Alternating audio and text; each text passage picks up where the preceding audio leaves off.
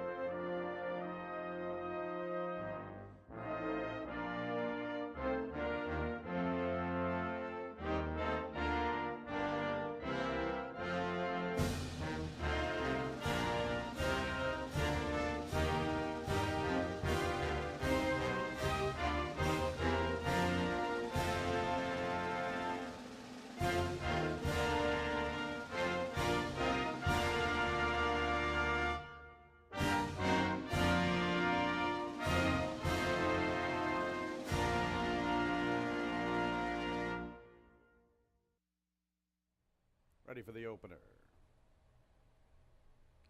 And there they go. Chasing Losses, the lone filly, shows good speed from the inside. I'm a Good Looker quickly away, so too as Becca Takes Charge. Do What It Takes towards the tail with Chillin' with Friends. 5 lengths covers the quintet. The lone filly is very quick. Chasing Losses 2.5 to I'm a Good Looker in a good spot from second. More than 3 lengths back to the favorite. Do What It Takes outside of Becca Takes Charge and inside of Chillin' with Friends. 22 2/5 for Chasing Losses. But here comes the Wind Machine. I'm a Good Looker getting within about 1.5 lengths at the 3/8. More than 3 lengths Chillin' with Friends and Do What It Takes. Becca Takes Charge now at the tail. Chasing Losses still with the lead from the inside, 1.5 lengths. I'm a Good Looker continues to pursue the pace from second. Do What It Takes and Chillin' with Friends are both closing in together. Chasing Losses has led the entire trip. I'm a Good Looker has been chasing. Here's the favorite, Do What It Takes, making a move for second. I'm going to Chillin' with Friends, and Becca Takes Charge. Still Chasing Losses, the one to reel in, but here's the favorite, Do What It Takes, and she's taking off in the center of the racetrack. Do What It Takes, 2 out of 3. Do What It Takes in the opener. From Chasing Losses, Chillin' with Friends, and I'm a Good Looker. Even. Second race, scratch number 6, Tracy's Girl. Our second race is in 24 minutes at 1:39. Ready for the race. And there they go. Bustin' Free wins the start. Hope I Can's up close. Here's Miss Gold Medalist showing good speed from the rail. Cat Glasses Kathy makes 4 separated by about 1 length. 3 lengths to Leave Me Alone with Modern Steel to her inside. 4 of them battle for the top spot. Miss Gold Medalist from the rail. Hope I Can in the 2-path. Bustin' Free. 3 deep. Cat Glasses Kathy pushing 4 wide. Leave Me Alone isolated in 5th. Closing in after the leaders. 3 to find at the 3/8. And it's about 4 lengths back to Modern Steel. Now it's Miss Gold Medalist closest to the rail, coming away with the lead. Better than a length. Here's Leave Me Alone with a 4-wide run. Miss Gold Medalist and Leave Me Alone 1-2 past the quarter pole. Then we're going to Hope I Can, Bustin' Free, and Modern Steel's trying to close up the inside. Miss Gold Medalist, Leave Me Alone circled everybody, and here she comes to the outside. And Leave Me Alone's up to the front. Leave Me Alone, Modern Steel closing up the rail. Leave Me Alone, Modern Steel, Miss Gold Medalist gives way. Leave Me Alone, front and center. Back-to-back races where horses were able to close in the center of the racetrack. Leave Me Alone for Modern Steel, $1,200. Some changes to think about if you're playing our pick 6. 4th race, 4 Union Banks. Jockey change Michael Davila Jr. is ready for the pick 6. And there they go. Miss Circular Gal is sent to the lead. You guys are no funds up close along with Single Lady. Lady Midas comes away in 4th. Then Della Lute. The early trailer is Melissa Smile. Miss Circular Gal, you guys are no fun. And Single Lady, 3 vie for the top spot. Lady Midas gets a nice tracking trip through the early stages. Little less than 4 from the pace. Better than 5 lengths to Melissa Smile and Della Lute. On the front end, Miss Circular Gal. About a head advantage. You guys are no fun right there, pushing too deep. Single Lady's pressing 3 wide. Now it's at least 7 or 8 lengths to Lady Midas, who's losing a little bit of ground. Della Lute's ready to join her. Melissa Smiles, the last of all. You guys are no fun to tackle Miss Circular Gal, and Single Lady attends the pace 3 deep. Long ways back to Della Lute covering Lady Midas. Melissa Smiles, the last of all, 49 seconds the half. You guys are no fun, and Miss Circular Gal and Single Lady's under a drive from third. You guys are no fun has the lead now heading into the turn for Miss Circular Gal. Single Lady being pushed on, trying to stay in touch with the heavy favorite. Della Lute's a distant fourth, and Lady Midas and Melissa Smile. You guys are no fun is opening up with ease. Now the margin's nearly 5 lengths. You guys are no fun opening up on her rivals. Single Lady second, then Miss Circular Gal. Della Lute fourth, then Melissa Smile. You guys are no fun has really opened up on this group. She's threatening to run her rivals right off the screen. In fact, she has. You guys are no fun, clearly superior. Melissa Smile has come from last to try to claim second. Melissa Smile's up for second. Single Lady third, fourth place, Miss Circular Gal.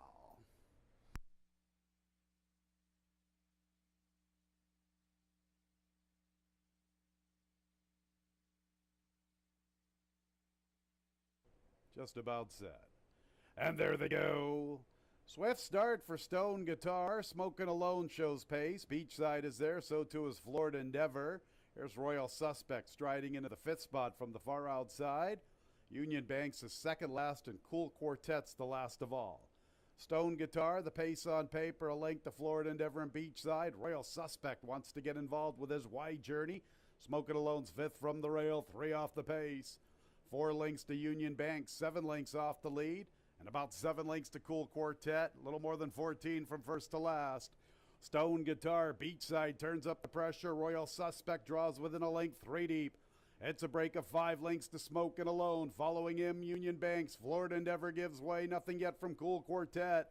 In the meantime, Beachside has come away with the lead. Stone Guitar tries to fight on. Royal Suspect is third. I'm going to Smokin' Alone and Union Banks. Beachside, 3/16 from the line, the one to come and catch. Chasing him home, Royal Suspect. Smokin' Alone tries to pick up the pieces in the late stages. It's Beachside, Smokin' Alone looking for 3 in a row. Here he comes to the outside. Beachside and Smokin' Alone. Beachside and Smokin' Alone. Beachside. Another one for Andre Worry. $0.60, 737 pick 3, $6.75. Early pick 4 combination, $16.62. The trifecta, $29.87. Dollar Super 17. And there they go. Slow start for Handsome Devil. 3.99 wins the start. DS Advantage is up close. Wilson's Holiday has gun. So too is Bowing Snowman. 4 going for the lead. Teresa's Boy is 5th. Double D-Day's in the 6th spot. And Handsome Devil away slowly is the last of all. Bowing Snowman, now even money on the board, up to the front from 3.99 in DS Advantage. Wilson's Holiday is 4th. There's Double D-Day finding his stride, heading into the turn. He has 5 lengths to make up. He has momentum from the outside. Teresa's Boy is second last, 6 from the pace. Nothing yet from Handsome Devil. Bowing Snowman, a length and a half. DS Advantage is running a good one. He's trying to get a little closer. Double D-Day's now under a little pressure from the outside. Teresa's Boy up the inside. DS Advantage to tackle Bowing Snowman. Bowing Snowman and DS Advantage. DS Advantage and Bowing Snowman. Teresa's Boy is third. Bowing Snowman still has the lead. DS Advantage trying to push on by in the final 16th. Bowing Snowman is responding. He still has the lead. He has the victory. Bowing Snowman. Hard-fought score from DS Advantage, who really tested him. Teresa cents that dollar super 1582, $505. A 7-1 double, $27.40. 3-7-1 pick 3, $6.05. Winner circle for the first time. And there they go. And True Gold begins the best from the inside. Whistling Birds was a little slowly into stride. Internet of Things is currently third, then Bustin' the Rules. And Simply's at the back of the pack. So it is True Gold establishing the lead all by himself. The sprinter on the stretch out, comfortable at the 7/8 from the heavy favorite Whistling Birds. Bustin' the Rules is 2.5 behind his stablemate. Internet of Things has the 4th position, and Simply is a late runner. 24 2/5 for True Gold and Harry Hernandez making the pace to the backstretch. Whistling Birds will apply some pressure from the outside. Busting the rules, little more than 2 from his stablemate. And Internet of Things, little less than 2.5 off the pace. Break of about 8 lengths to Simply, who bides his time at the tail. Race up the backstretch run, True Gold, Whistling Birds, getting a little closer. True Gold and Whistling Birds, 1-2. Nearly 3 lengths, busting the rules, along with Internet of Things. Simply yet to gear up at the tail. 49 seconds to half. True Gold still with the lead. Whistling Birds is right there with him. True Gold and Whistling Birds. They separate themselves by more than 6 lengths to Internet of Things. I'm going to bust in the rules, and Simply is the last of all. Whistling Birds, True Gold sticks to them. Better than 6 lengths to Internet of Things and busting the rules. Simply's at the back. Whistling Birds and True Gold from the inside. Whistling Birds, True Gold, they continue to fight it out at the 8th pole. Whistling Birds, True Gold from the inside has reclaimed the lead. True Gold from Whistling Birds. In third is busting the rules. It is True Gold, a late charge from Simply, who's really closing, but it is True Gold. True Gold did the heavy lifting. True Gold wins the money. Simply second. Checking in third. A 1-1 double, $25.40. 7-1-1 pick 3, $40.62. And there they go. Magnificent Mags is showing speed. She's a Lumberjane is there. Silver Banshee is sent for speed on the stretch out. She makes the top spot. Moments to Savor is 4 wide. Flowers Fortune. Boy, she's getting a deep journey. 5 deep at the 7/8. The last 2 are Lady Lana and Dancing Slippers. So Flowers Fortune's going to make her move all the way up to the front from Silver Banshee. She's a Lumberjane third. Moments to Savor vying for that spot. Magnificent Mags is fifth, joined by Dancing Slippers, and Lady Lana's 5 lengths off the pace. Flowers Fortune had to go wide through the first turn. Now she's into the 2 path, battling for the lead with Silver Banshee. Length and a half to Moments to Savor. Dancing Slippers now the widest of all. She's a Lumberjane, saves ground. Magnificent Mags to her outside. Lady Lana still at the tail. Now it's about 4 lengths from first to last. 24-1, 48 2/5, even flow. Flowers Fortune and Silver Banshee. Dancing Slippers, wide on the track, 3 deep at the 3/8, getting within a length. Moments to Savor races with She's a Lumberjane. Lady Lana is now beginning her move, and here comes Lady Lana, 3 deep through the turn, getting within 3. Magnificent Mags at the back. Flowers Fortune and Silver Banshee, they vie for the top spot. She's a Lumberjane wants to pounce, so too does Lady Lana. Flowers Fortune, She's a Lumberjane. And from the rail is Silver Banshee. Flowers Fortune now under pressure. She's a Lumberjane has come away with the lead. She's a Lumberjane from the inside races Silver Banshee. Flowers Fortune is back to third. They're in deep stretch, and She's a Lumberjane has the victory. Give her 2 out of 3. She's a Lumberjane in front. From Silver Banshee, Lady Lana, Magnificent Mags, fourth. $967.50. 1-1 double, $66.50. 1-1-1 pick 3, $40.87. One more race to go on the Tuesday card. The night. And there they go. Carol's Way quickly away. Also showing pace is Miss Penelope Pit Stop and Pal Saratoga Gal. Red Priestess forwardly placed. So too is Boom Kitty Bye Bye from the rail. Break of 5 lengths. Mullumbimby with Coming Storm. Thirsty for a Miracle from the rail. Castañas is the last of 9. The favorite, Miss Penelope Pit Stop, is the speed. A length to Pal Saratoga Gal striding into second. Carol's Way's back to third. Red Priestess fourth, 5 off the pace. Length and a half back to Boom Kitty Bye Bye. Another 5 to Coming Storm, who races in front of Mullumbimby. Thirsty for a Miracle, under pressure, not responding. Castañas, the last of all. The race to the quarter pole. Miss Penelope Pit Stop's the one to beat, a widening 3 lengths. Pal Saratoga Gal is second. Red Priestess third. I'm going to Boom Kitty Bye Bye, Coming Storm, and Mullumbimby. It's all about Miss Penelope Pit Stop, a big lead, 3/16 from the line.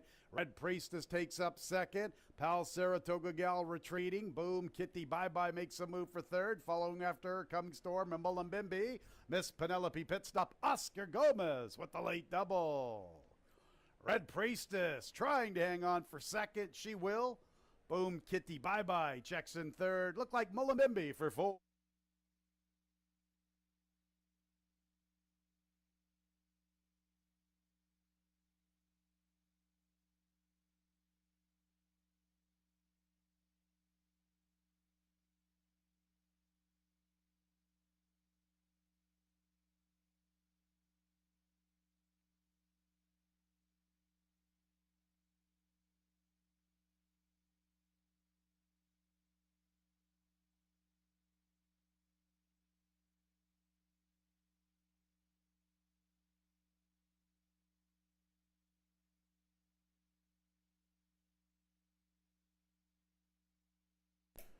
Pleasant good afternoon, ladies and gentlemen. Welcome to Finger Lakes Gaming and Racetrack, our Wednesday opener in about 45 minutes, 110. 10 races this afternoon, fast track. Jackpot pick 6 carryover starting in the 5th race, better than $14,000. Let's open up our programs. Here are the changes. In the opener, scratches 1A Smooth Operation, part of the entry, and 2 Curlin's New Moon. 1A and 2 out of the opener. With those defenders, we'll start in race 2. Scratch the 3, San Juan Diego. Second race, scratch the 3, San Juan Diego. It starts the early pick 4. Third race is clear of change, no changes in the third. Fourth race is also clear of change, no changes races 3 and 4. No changes in the 5th race. Pick 6 carryover, better than $14,000. There it is on television monitors, $14,220.36. Yesterday, a unique ticket was going to yield over $23,000. So now's the time to be playing our pick 6 if you get lucky. Today, who knows? Maybe over $25,000, $30,000 could be yours. All it takes is to be the one unique ticket, and it's all yours. All right, on to race 6. It starts our pick 5. Our pick 5 starts in the 6th. Scratch the 3 lasagna, 3 lasagna out of the 6th. 7th race will start the late pick 4. 3 overweights. The 1 is 1 pound over, the 4 is 2 pounds over, and the 6 is 1 pound over the weight. 4 Saichi Mana, Diego at 121 this afternoon. 1 and 6, 1 pound over, the 4, 2 pounds over the weight. On to the 8th race. No changes. Race 8 starts our late pick 3. 9th race starts our late double. Scratch 5 Fleet Warrior, 5 Fleet Warrior out of the 9th. And in the nightcap. Start with the scratch, 10 Donna's Way, 10 Donna's Way. Has been scratched from the nightcap. And the 1 Virginia Does, Diego at 121, so 2 pounds over the weight. All right, fans, 10 races. Fast track. Start the day at 110. A nice pick 6 carryover. Best of luck. Enjoy your Wednesday. Up next, Mr. Dave Mattice.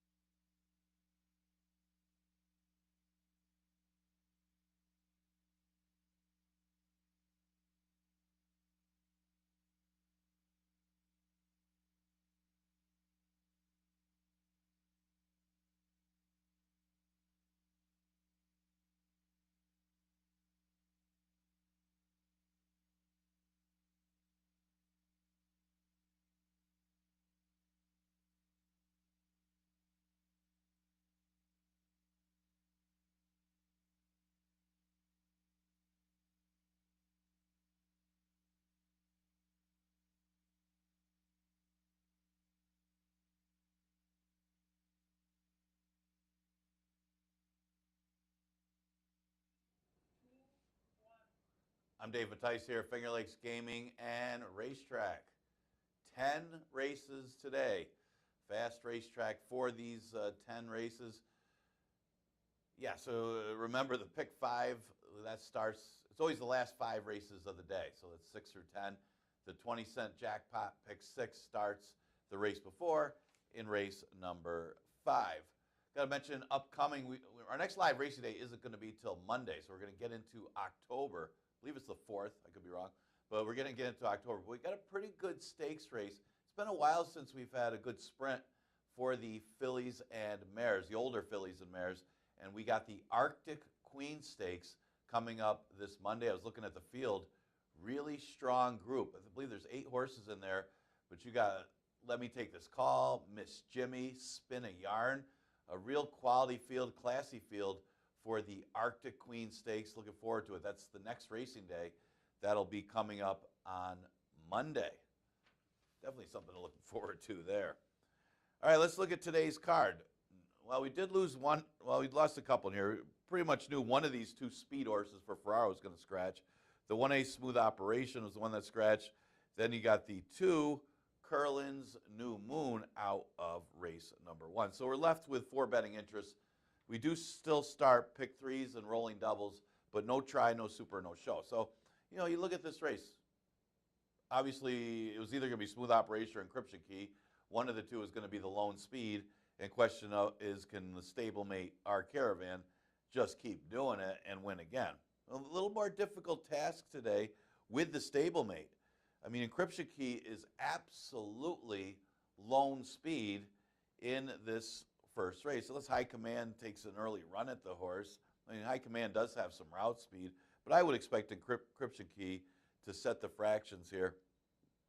But our Caravan is just a win machine. That it's just so hard to pick against this horse, the way that he just somehow finds ways to win. And usually with his running style, sometimes the pace or the track can beat him. He still finds ways to win. I mean, you look at his record, this would be his 26th career victory if he's successful today. He's at age 10, but he is just an absolute win machine. 17 wins in 32 starts here at Finger Lakes. Doesn't necessarily mean he's going to win here. I mean, the pace, because it's a 4-horse field, sometimes this happens in short fields, the pace flow isn't really to his advantage. It's actually to his stablemate's advantage, Encryption Key, who looks to try to steal it on the front end. I got those two, 1-2. Encryption Key, man, did he wake up in a big way. But he's a need the lead type. When this horse doesn't get the lead or has to go way too fast to get the lead, he stops badly. When he's able to get there alone on the lead, he hangs on pretty well. You notice the couple races back. He stepped up in class from a 4 lifetime 5, where he couldn't hit the board when he couldn't make the lead before that.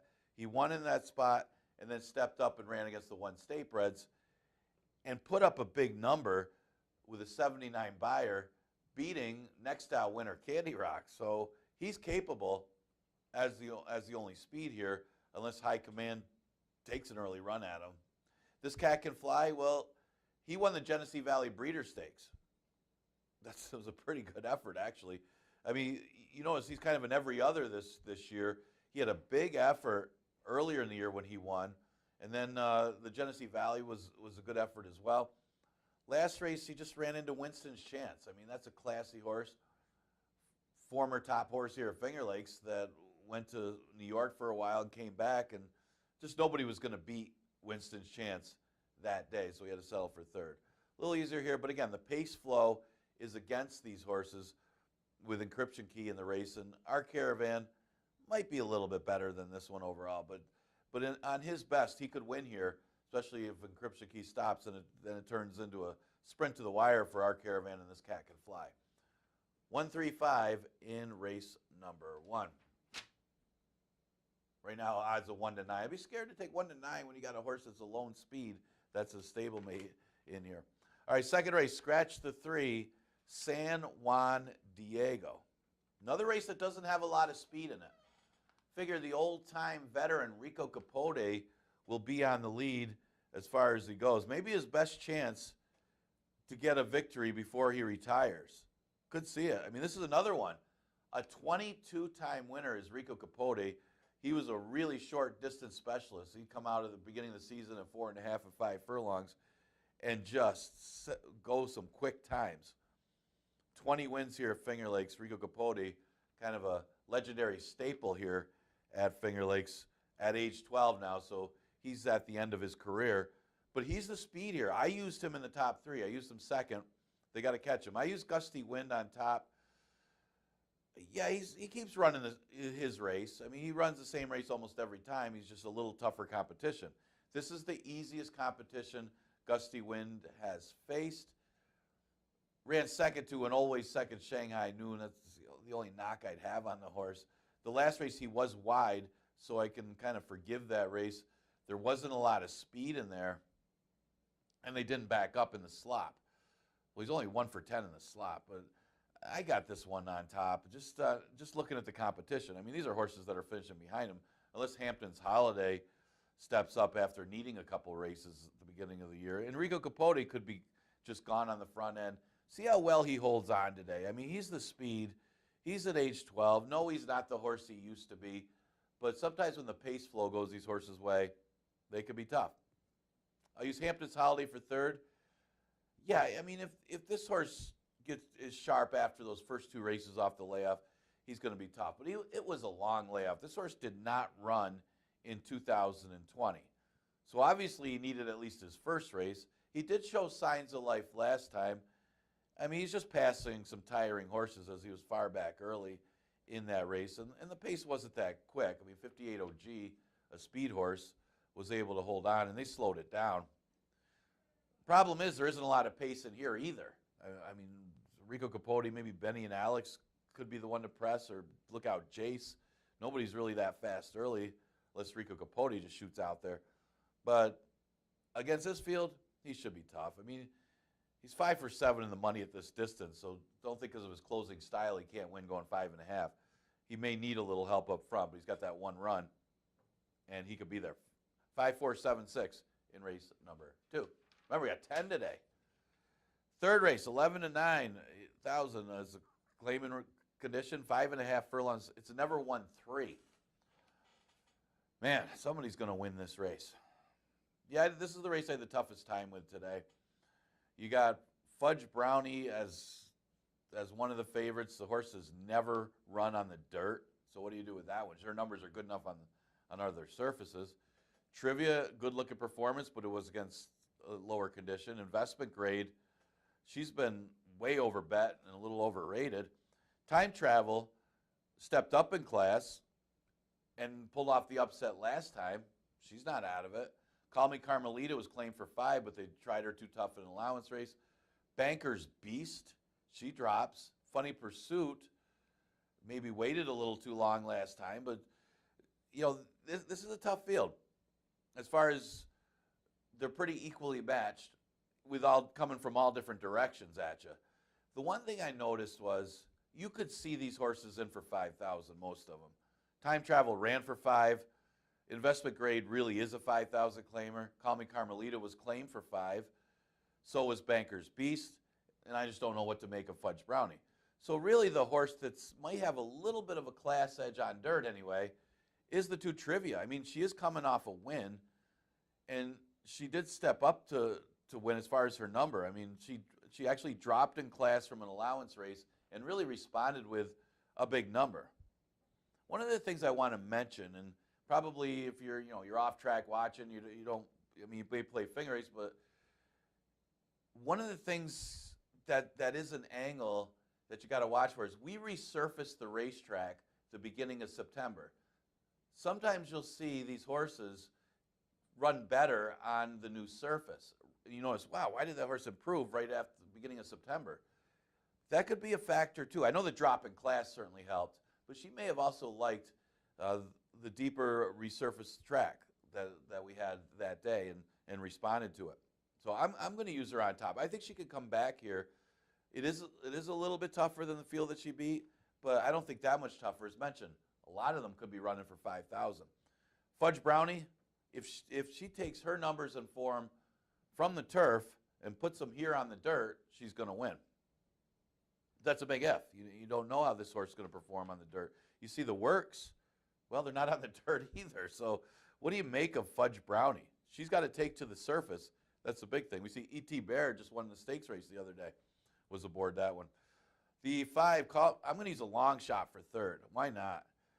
You got the 2 speeds, Investment Grade and Call Me Carmelita. The thing with Investment Grade is a lot of her races are in slow pace. You look at some of the pace flow races, especially the first quarter of some of the races for Investment Grade, and she's struggling to make the lead when they're going 23, 22 and change.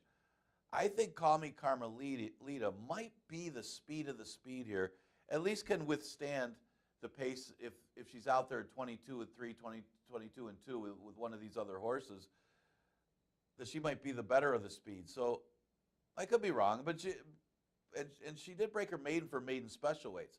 I think she was a little over her head last time, trying to chase after some quicker horses. She's 12 to 1 morning line. Not impossible here. Funny Pursuit, yeah, it was just bad use of the entry in that race. She should have won. I mean, she was the best in there, but her stablemate didn't help her out, and she wasn't really aggressive either. One of the two had to be a little more aggressive in there as they both kind of looked at each other and rated too far back. But this one was best as she came rolling late. Well, you don't have to worry about the pace flow as much here because there is some speed to run at if she wants to take back and make a run. But this is a tougher field for Funny Pursuit. But she should have won last time. I'm going to go with the 2-1-5-7 in race number 3. All right, 4th race goes a distance of 1 mile and 70. This claimer is the non-winners of 2 in 2 years condition. Yeah, I'm a little leery to take this one, but he does look like the best horse in the race. I say that because Flat Bill has got a lot of seconds. He's been here before. We've seen Flat Bill before, and we've seen him get a lot of seconds, especially in the routes. Finished second. Always ran a good race. Ran second and third a lot. If you remember Flat Bill, I mean, he's made a lot of starts. Going back a couple years, I remember Flat Bill. But he always fires, especially at the bottom level. He always ran well against the competition, and it was always right there. That's why I know I better be careful taking a short price on him, because when he's looked like the winner in the past, he's finished second a lot. That happens. But you look at the rest of this field, he's supposed to win. He's simply better than most of these horses in here. He certainly has a lot of experience, as he's 6 for 48. As I mentioned, when I first saw him, Flat Bill's back here. Why do I know that one? Why is that one familiar? It has nothing to do with ducks or anything like that. Yeah, but look at the rest of the field. I mean, Mr. Skittles is 5 for 61. Thesis is 4 for 30. Jet Set Cat, 7 for just a few races, 105. And Blue Skies Forever has made 48 starts. So him being 6 for 48 with the 10 seconds doesn't really scare me, but it does bother me that he did get a lot of seconds. I'm still taking him on top because I think right now he's probably the better horse. Thesis looks next best. I mean, this is another one that should be better than most of these. He's had some troubled trips. He was wide a couple races back when we last saw him. He had a wasted trip to Presque Isle, and now comes back to Finger Lakes, and he's definitely a top 3 threat against these, especially if Flat Bill gets second a lot. One of the things, he's 0 for 7 at this distance, but he's got some back class, and he should be tough in here. Analyze Your Luck. Yeah, just ran into What Are You Doing Now? What Are You Doing Now would be 1 to 5 in here and would win. I mean, they wouldn't beat What Are You Doing Now against this field, would clean up. So that makes Analyze Your Luck look pretty good in here. The other thing, as I mentioned, some of these horses, 48, 105 starts, 60 starts. I mean, the 7 for 35 for Analyze Your Luck looks a lot better, and he's been a better horse in the past. He just isn't the same horse this year, although he looked good when he won 2 races back against a pretty soft group. You know he's capable, at least on his best. I'm going to go with the 1-3-4-2 as Mr. Skittles will try going long. Well, Mr. Skittles, by the way, has 17 route attempts in his career. So don't think, wow, this is a sprinter stretching out. No, he's had 17 route attempts, even though he's 1 for 17 in routes. All right, 5th race, we start that pick 6, 20-cent minimum wager. Got over $14,000 in the pick 6 carryover pool. Getting up there. Just got to be that one unique ticket. Not always easy to do. I'm taking a shot in here in a horse moving to an easier condition with a horse with a little back class, former Dan Conway trainee, talking about No Antiando. Now, the pace flow, we got a bunch of races. There's just not a lot of speed for these closers. But this horse is better spotted today. I mean, he was claimed for $5,000. Not good enough to run with Super Garner and First Homestead in a starter. I mean, forget about that race. The next start, off a little bit of a layoff, he ran into Fed Fever, but that's a 2 and 6 months condition. That's a lot tougher than this one. So finally, in a winnable spot here for No Antiando, at least a competitive spot, that I'm taking a shot at odds of 6 to 1. Got him on top. Money Meister, a little concerned about the second place finishes now, the last 2 for Money Meister, especially the last one. He's supposed to beat those horses, especially at 6 furlongs, and he came up a little bit short. Does he not want to win is the question now. I mean, this horse has always been a good horse. I mean, that wasn't an issue in the past as he got a little case of not wanting to pass that last horse. Looked like he was going to get to 58 OG, didn't quite get there. Last time, same thing. I mean, it was maybe more running out of real estate too bad because it was 5.5. But unfortunately, he's going 5.5 again today. So I like him for second, although he's got the numbers to win. The ones in Yaddo, I would expect this horse to hold the rail here on I Will Rock You. Showed a little more speed last time, a little more aggressive, and going 6 furlongs, and it worked. because he had a solid second behind a horse that was much the best, Hazam, who turned out to be really much the best. And that was a better effort for Zenyatta, now has 2 seconds in a row. The race before behind Next Out Winner Anything Possible, who stepped up to beat allowance horses. So this horse is good right now. And I like the new tactics of going to the front end from that inside position, especially at 5.5, because I Will Rock You, who figures to be the speed, isn't that fast that you would think Zenyatta would hold the rail and has a real decent shot to win this race. And I've always underestimated Zenyatta in the past, not good anymore. 5-star bunt, a little short on the morning line at odds of 3-2, but this barn is going really well. Didn't really like the Miss Lumberjane horse yesterday. That horse won pretty easy. Comes off a 3rd place finish last time, was behind Moneymeister in that race after a stumbled start. You know, I don't know if it was the start that beat this horse, but he's capable, and he's always right there. This is a former allowance horse that's been running for 5,000, and the right kind of trip puts him right there, but I just didn't want to take 3-2 if there's a lot of ifs. All right, 6th race starts the pick 5. Remember that 5th race started the pick 6, over 14,000 in that carryover pool. Pick 5 starts here. It's a 57 minimum wager. Scratch 3, Lasagna. Got 2 in here for Mike Ferraro, like the first race. I did go with Just Stay Home as my top choice, running into what might have been in a race that just didn't have a lot of speed. Just kind of had to follow the leader home in that race after running 3rd to stablemate Silver Banshee. Well, it was the first time going long for Just Stay Home for a good stretch-out trainer, so you know they're going to do well. But catches what should be an easier field in here, and off the numbers should be awfully tough against these. Now, Iova does drop in class. Don't know what to do with Iova. I thought this horse would win last time, and she came up short. It looked like she was, you know, at the top of the stretch, didn't look like she was going to win, but she figured to be at least second. And when she went in between horses, she seemed to flatten out after that and ended up finishing off the board. Maybe I'm overestimating the horse. I don't know, but her numbers are good enough, and the slight drop in class should help the chances of Iova. She should be tough. The other Ferraro trainee is the 2, Star Manager. Comes off an easy victory last time in the slop. But I don't know what to make of that horse because she didn't really beat anything. It wasn't the strongest of fields. This is much tougher, and the time wasn't that quick. But it could be a confidence builder. And Harry Hernandez has been on fire over the last few weeks. I'm going to go with the 4-1-2-5 in race number 6, maybe expecting Bella Bay to get the lead in here. All right, 7th race, an allowance race going 6 furlongs. Good competitive group in here. I did take a horse, something I don't like to do. I'm taking a horse off of the maiden win, Tangerine Dream. She was an easy winner, though. And this isn't the strongest of 2 lifetime fields. Now, she does have to deal with Saichi Mana outside of her. She does have good early speed that she's probably even faster than Saichi Mana. But then again, do you really need to get out there with Saichi Mana because she usually stops? Interesting to see what they'll do as far as tactics. She did run at Saratoga and Aqueduct. She looks awfully tough in here off of the maiden win. Granted, it was a maiden field that she beat, but I was impressed by the way she did it. I'm going to use her on top. Now, Grusmark's got a couple in here. Game Theory is the other one. Pierre Marini, looks like she had her choice, went to Tangerine Dream, but Game Theory's no slouch either. Kind of woke up a little bit last time with a decent 3rd place finish behind a good-looking winner in Gone and Forgotten. A repeat of that performance puts this horse right there, especially if you get a little bit of a pace duel with Tangerine Dream and Saichi Mana.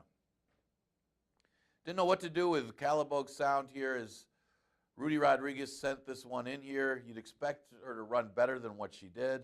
I guess it's a positive sign that they don't drop this horse off of that performance because they're not afraid to drop him, that this horse stays at the allowance level off of that effort because she didn't fire at all. She was wide in that race, but arguably probably a tougher allowance field than what she'll face here in this 2 lifetime. So she's in the right condition here, but she's still got to run better than what she did in that race to win. I'll use Central Capital for 4th. Hit the board the last 2. Those races are good enough to be in the number against these. 8th race, An allowance event going a distance of 1.70 miles, never won 2 condition. Interesting race. I mean, the question is, does Tappet Happy John want to win? 3 straight seconds now for Tappet Happy John. No match for a Vow of Beauty last time, and ended up having all kinds of issues that, and even ran into Honorable Avenue in the stretch. Probably lucky to stay up for second, but not a bad effort. But the horse does hang a little bit with his competition. But he's always right there, always fires, and you got to like the owners of this horse. You always got to root for him. 9-5 is a little short for him, but he should be there with his best effort. Used him on top. Mo Crazy Blues, interesting one, stretching out for the first time off of a maiden victory. Well, the route is going to be a question. One of the things you can say, as far as the dam was a turf sprinter, so not really as far as that's concerned. But interesting about that is the half of this one is Mad for Fame, who we just saw win the Jack Better Be Right Stakes, which is a route, and that horse is a true router. So if she can run as good as her half, she could be tough in here. That's why I'm going to use her second. And it's just she got past her crazy behavior that she had the first 2 races, especially her first race. I don't think you'll see a horse a little more green and making her own issues than her first career start. Never seen a horse with a worse trip than that. Lorenzen I'll use for third. Interesting to see if she could get the if he could get the lead in here. A lot of filly races today, so she a lot. Lorenzen, he is inside of Mo Crazy Blues. I would expect Mo Crazy Blues, if he breaks well, to show some speed in here. And a colt named Susie has speed too. There's definitely some pace, but Lorenzen, he is inside some of that other speed that maybe he does get the front in here and hangs on for a share. Honorable Avenue, I'll throw him for fourth. Off of the claim, stepped up to face allowance horses last time, was in a good spot, but then got bothered late by Tappet Happy John. Didn't look like he was going to beat the winner anyway, Vow of Beauty. Probably cost him second, but it was a good effort. He did get a little tired in that race, but a repeat of that performance puts him in the number again, especially if he could get a similar trip. I'm going to go with the 1, 6, 2, and 3 in race number 8. All right, 9th race, we scratch the 5 Fleet Warrior. All right, I'm not giving up on Harrison Nose yet after watching how well this one performed earlier in the season. Interesting, I got a couple former Dan Conway Jr. trainees on today's card. I just noticed it. They picked Noan Tiondo earlier in the card, and I'm picking Harrison Nose in this race. Former real good ones for the Conway barn. Such a great trainer he was. Harrison Nose ran 5th in his last start, running in a route. Maybe the route wasn't his thing. The race before that, couldn't even make the lead. He should be out there with a pace here against an easier field, a much easier field, dropping in slightly in class. 6-1 more. I don't think you're going to get 6-1, but using him on top. Anything passable? Well, this isn't any tougher than the field he just beat. How good is anything possible right now? They dropped him to 5. He was a much the best winner in a 4-horse field, but you couldn't gauge anything from that 4-horse field because it was for 5,000. Stepped up, put up a good number, and beat Flying Emperor. Now, I know Flying Emperor gets second a lot, but and this one got a good trip. And Flying Emperor, probably bad tactics more than anything for Flying Emperor getting involved in a speed duel. But anything possible, got a nice trip under Jackie Davis to win that race. This isn't any tougher. I'm going to use him second, so I'm going to go with the 8-1, 2-6. Of course, hey, big guy, some question marks as far as the surface is concerned, but he does have a win in the past on the dirt. All right, 10th race. Scratch the 10, Donna's Way. I am going to use I Am Sam. This is so wide open, let's face it. So wide open. I always like I Am Sam Samurai's on off tracks, but he actually ran pretty good on a fast track 2 races back. If he can repeat that effort 2 back, he's got better numbers than these. That's a big F. Don't love anybody in here. Lovely Honor wasn't far behind Sam Samurai on an off track, a track that Sam Samurai likes. Seems to be getting a little bit better. Hasn't been getting much money in the windows, but this was a long shot, and he closed right with the 3 in that race. I'll use the 6 Wish for Magic for third because I'm not leaving out Engelhardt and Davila in a race like this, but he isn't much. I mean, he broke his maiden against the soft 11-9 field, and then dropped a class to 5,000 and didn't show anything last time, and that's the problem. He's got to run better than what he did last time. Virginia Dozel used for fourth, and this horse shows a nice work off of the layoff, and he got a good layoff trainer in Jimmy Wright, but he does have to run a little bit better than what he was. But he's only beaten 4 lengths against a little bit tougher 2 Lifetime field last time. I could see this horse there in a absolutely wide open scramble in today's last 10th race. That one should be a lot of fun, but that's what we're going to finish it up with for this Wednesday card. Again, no live racing the next few days. Our next live day is going to be Monday. We do have a stakes race that day. Pretty good race for fillies and mares, the Arctic Queen Stakes. That'll take place Monday. That has a 110 first post. And I'll see you then.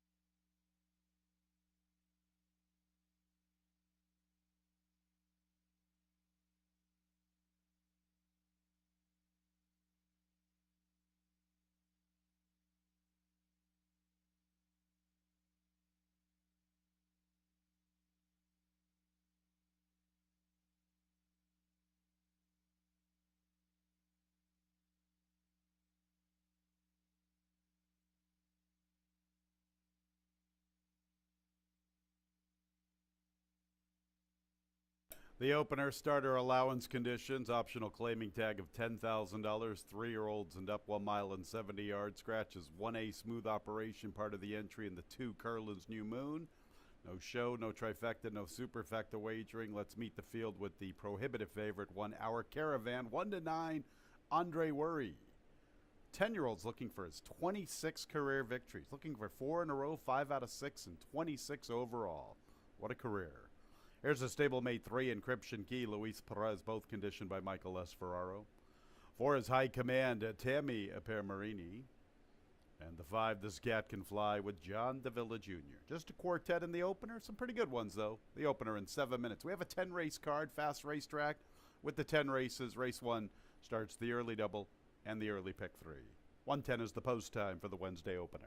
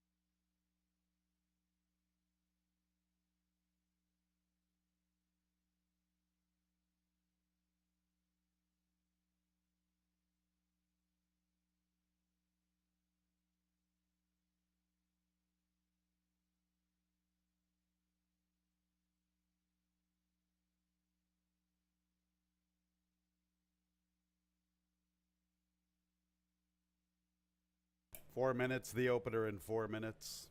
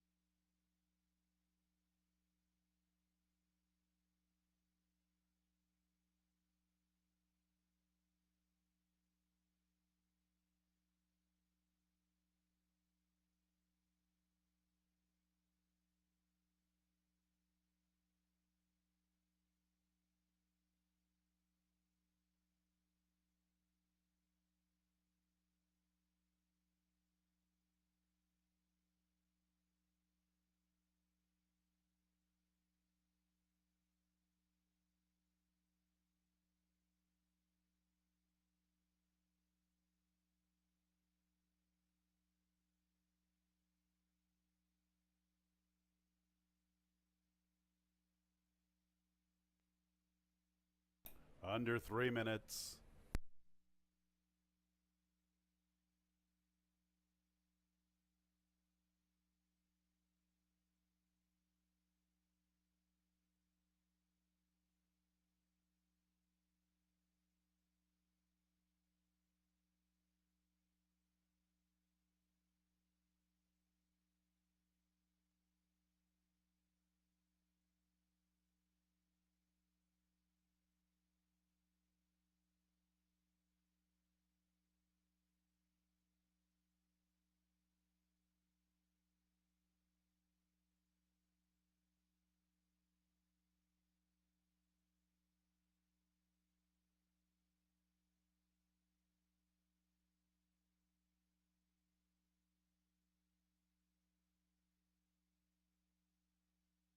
2 minutes, the opener in a couple of minutes.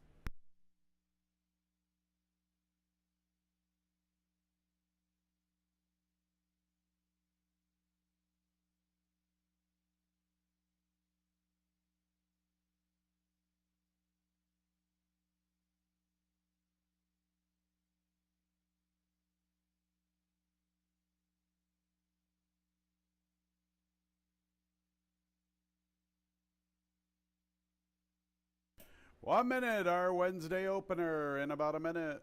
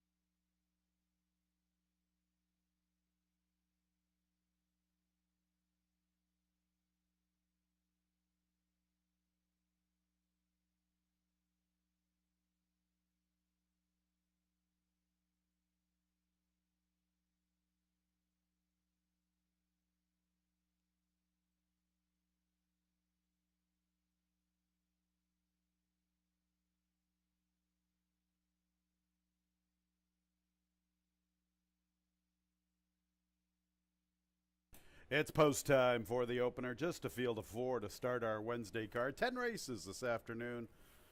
Fast racetrack, a nice pick 6 carryover in our jackpot pick 6, a little more than $14,000. Pick 6 will start in the 5th race. Still lots of time to get your tickets in for our pick 6. Yesterday, a unique ticket in the pick 6 could have yielded a payoff of over $23,000, so we might be hovering around the $30,000 mark this afternoon when it's said and done. That starts in the 5th race. All right, the opener, Our Caravan. What a career for the 10-year-old. He's looking for 4 in a row, 5 out of 6, and it's 26 overall, just under $620,000 in earnings.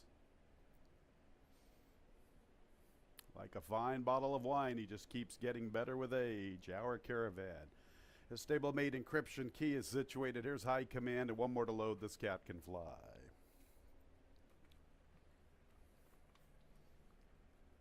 Ready for the opener.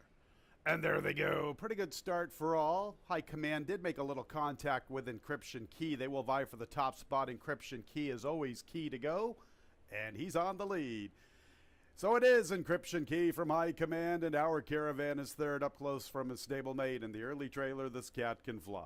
Encryption Key, where he likes to be, dictating the terms, about a length and a half for 2 to High Command. Our Caravan, 2.5 from his stablemate, and it's more than about a length and a quarter back to This Cat Can Fly. Just under 4 lengths from first to last. Encryption Key has the lead. Single file as they enter the backstretch run. Encryption Key, 2.5 lengths at the 5/8 from High Command. Our Caravan is a little less than 3.5 off the pace, and he's almost 2 lengths in front of This Cat Can Fly. 25 seconds for Encryption Key. He has the lead, 2 lengths. Andre Worry recognizes the soft pace. He's asking Our Caravan to get a little closer, joining High Command for second. They are 3 clear of This Cat Can Fly. 49 2/5. Encryption Key unchallenged to the 3/8, 2 lengths. High Command makes his move. Our Caravan will have to bide his time from the rail, and This Cat Can Fly is 5 lengths off the pace.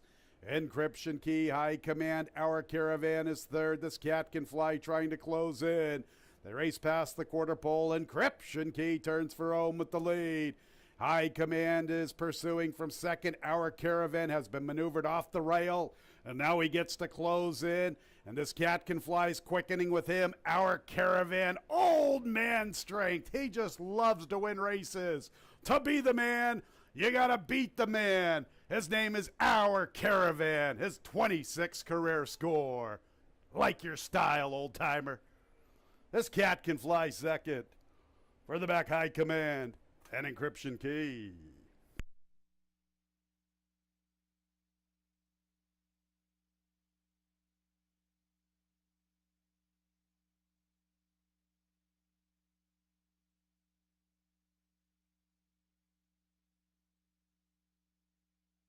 What a racehorse. Our Caravan.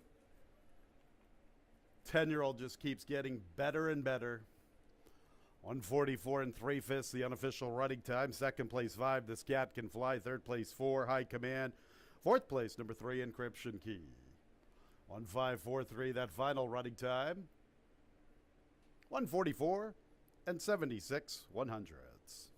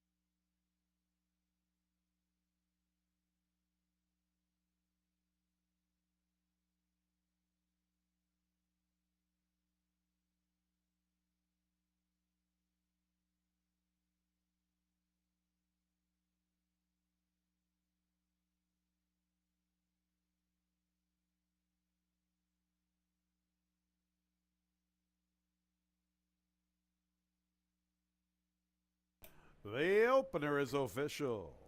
1543, top 4 finishers. That exact to $3.70.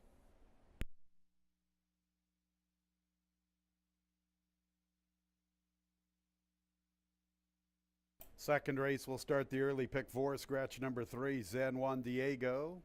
Our second race is in 24 minutes at 1:39.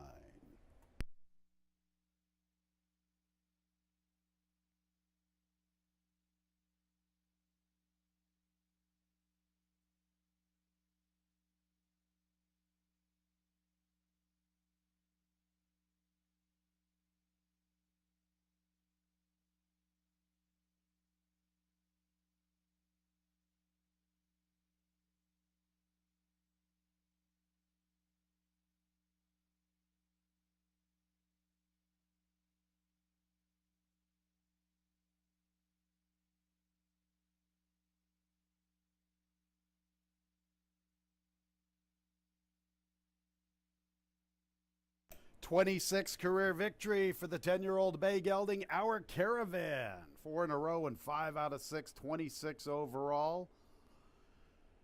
This might have pushed him over $630,000 in earnings. He's by Dahur out of the dam Alwan, owned and trained by Michael S. Ferraro, winning jockey Andre Worry, a Kentucky bred by Hare Forest Farm Limited. Second race in 23 minutes at 1:39.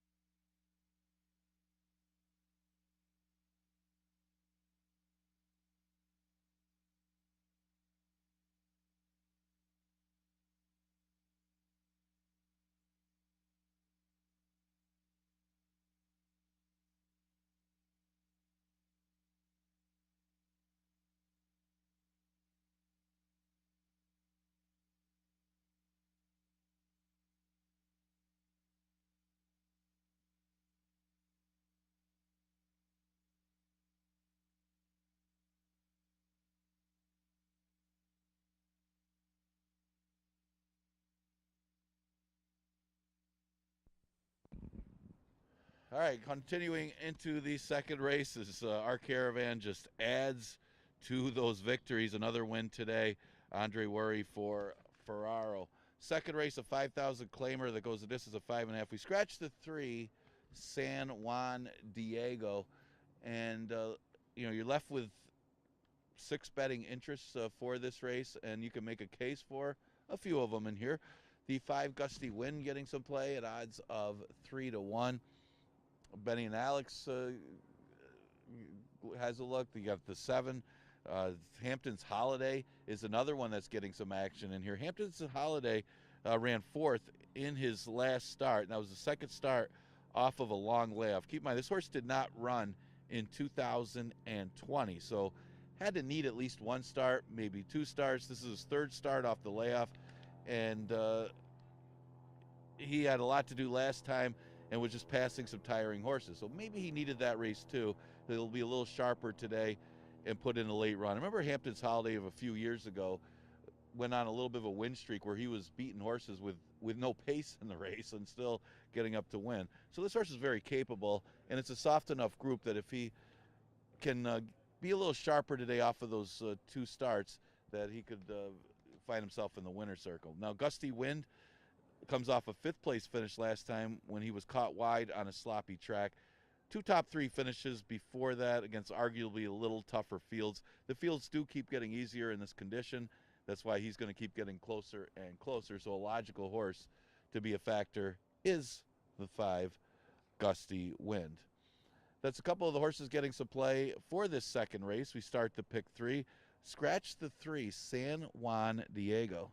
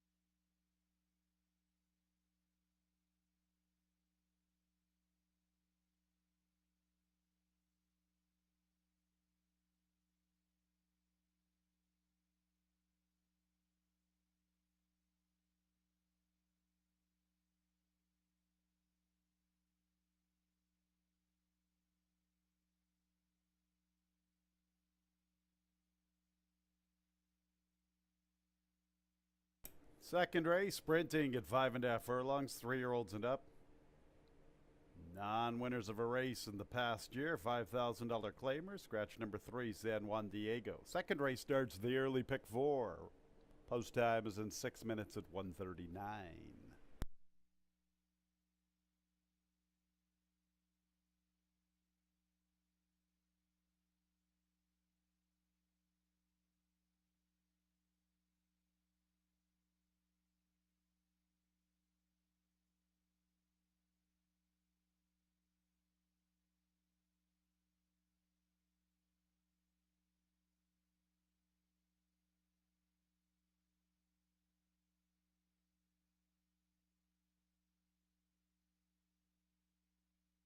There's the field one forecaster, Emmanuel Di Diego.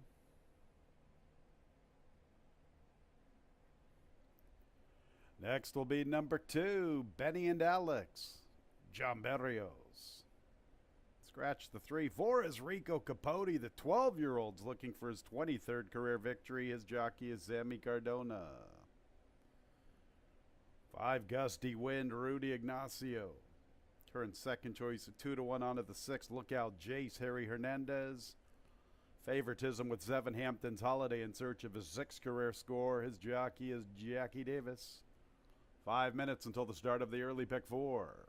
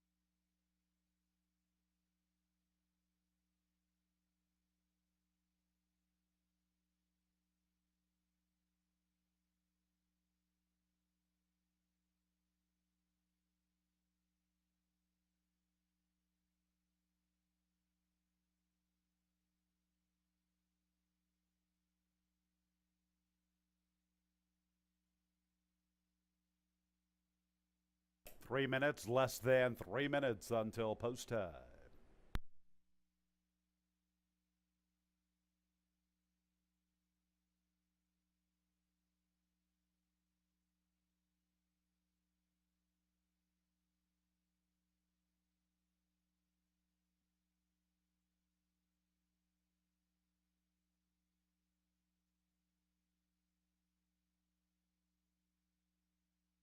Under 2 minutes.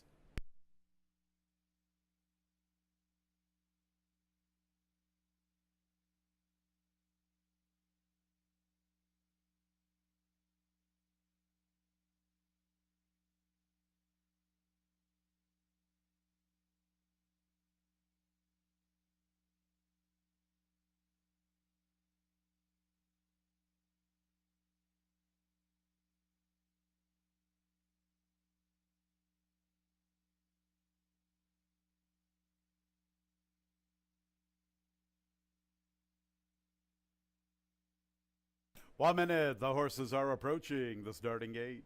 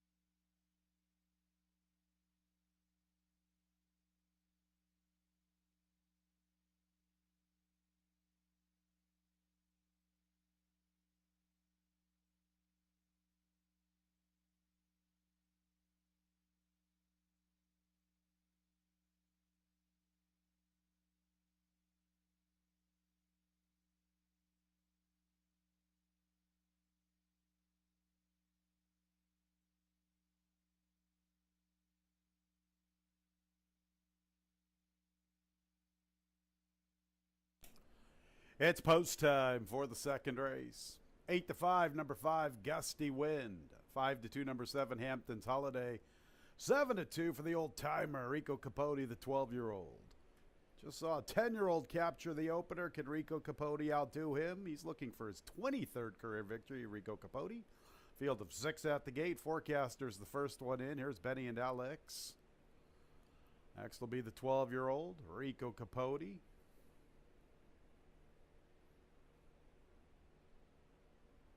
There's the favorite, Gusty Wind, 7-5. 2 to load, Look Out Jace, and Hampton's Holiday. Once upon a time, Hampton's Holiday really packed a big punch in the lane. We'll see if he can get back to that form from a couple of years ago. Early pick 4 time. And there they go. Look Out Jace with a very swift start. Forecaster shows good speed. Looks like Benny and Alex has lost the jockey. John Berrios is out of the saddle of Benny and Alex. John is up on his feet, so he looks okay. Back to the front end. Look Out Jace, a length the forecaster. Here's the loose horse. Rico Capote from off the pace. He's 3 lengths from the front. About 2.5 to Gusty Wind, who's trying to close in. Nothing yet from Hampton's Holiday. 23-1 on the front end. It is Look Out Jace covering Forecaster. 5 lengths to Gusty Wind, and here comes Gusty Wind. He is at the mercy of this soft pace trying to close in. Rico Capote flanks him. Hampton's Holiday is a long ways out of it. They race past the quarter pole. Forecaster continues his battle with Look Out Jace. Rico Capote continues his battle with Gusty Wind, and Hampton's Holidays at the back. Forecaster from the inside. Look Out Jace. Closing in are both Gusty Wind and Rico Capote, and Hampton's Holidays closing from the rail. It's going to be quite a finish. And here comes Gusty Wind and Rico Capote. Gusty Wind, one from the outside. Gusty Wind from Rico Capote. Forecaster, Hampton's Holiday, and Look Out Jace.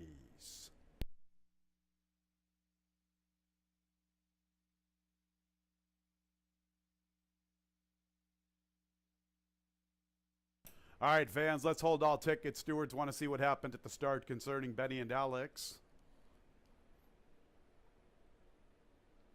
What a finish past the 8th pole. All 5 had a little bit of a look. Gusty Wind and Rico Capote were closing in, one from the outside and from the extreme outside. Hampton's Holiday was finding his stride. Quite a finish. Looks like the photo will involve Gusty Wind and Rico Capote. 105 3/5, the unofficial running time. Once again, the inquiry sign is up on the board. The final running time, 1 minute 5 and 75/100.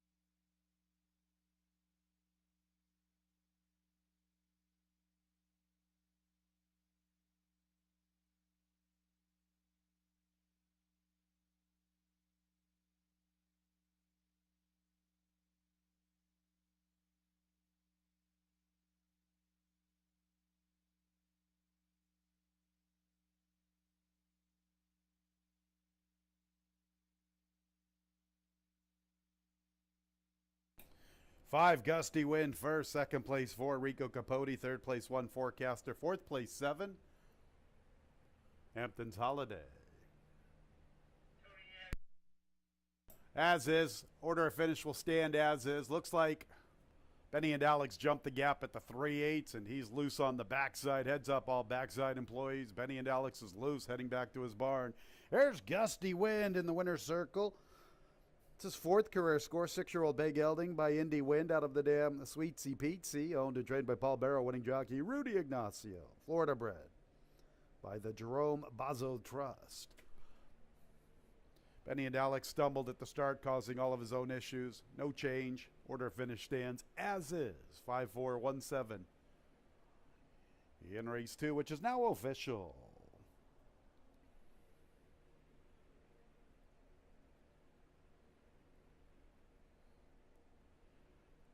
$5-4 exact at $24.60.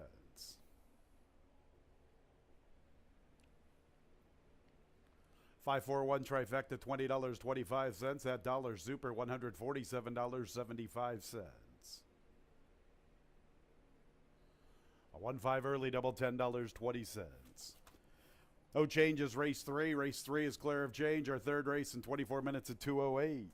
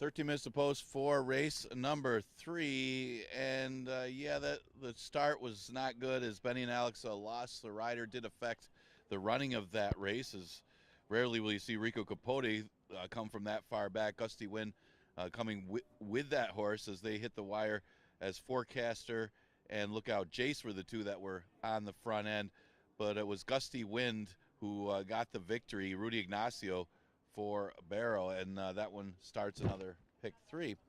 Third race, we keep the rolling double and rolling pick 3 going, I should say. It is a $11,000 to $9,000 claiming race, number 1 3 condition, going 5.5 furlongs. Well, this was pretty wide open. A few horses to consider. I mean, time travel, the 4 horses getting some early money. That one stepped up in class off of the claim last time and pulled off a minor upset in that race, and now moves to the 3 lifetime at the 11 to 9 level. So in pretty good form right now, facing tougher, and one of many you can make a case for in this race. Should have something to run at least, because it does seem to be some pace to chase in this race. Trivia's the other one getting some play, as she dropped in class to get the victory last time. As we've seen a lot of horses come up to this level, she went down to the level last time and responded to the drop with a good-looking victory against a decent 2 lifetime 11 to 9 field. So she'll stay at the same level and move to the 3 lifetime, and she should be very competitive at this level. Now, the interesting one is the 1 Fudge Brownie, because this is a horse that has never run, well, I should say competed on the dirt. This will be the first time in her career. Well, she does have good numbers and pretty good efforts in this condition at Arlington on the turf. So will this horse take to the dirt? That's the only question for Fudge Brownie, because obviously if she could take her turf form on the dirt, she would win here. She's at odds of 7 to 2. And the 7 horse Funny Pursuit ran in the 3 lifetime, but at the 5,000 level last time. So she steps up in class to the 11 to 9 level, but did put up a decent number for that race, as she was rolling late against Easier and ended up having to settle for second. Has a chance to be in the number against this group, though. Pretty wide open race is the 3rd on the card. Exacta Tri Super Daily Double and pick 3 starts in this very good 3 lifetime race.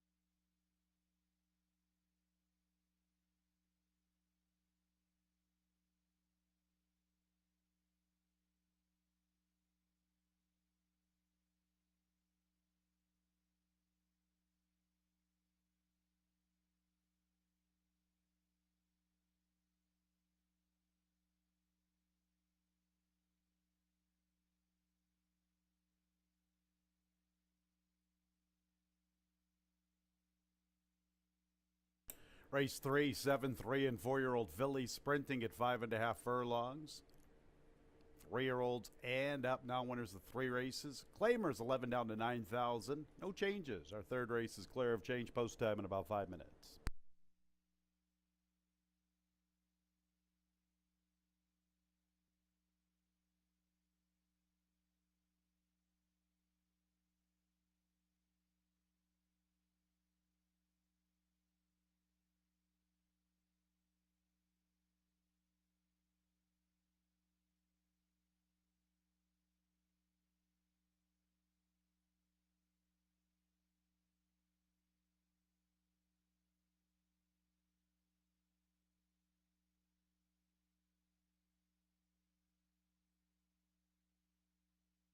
Here's the Group 1 Fudge Brownie, Joel Cruz.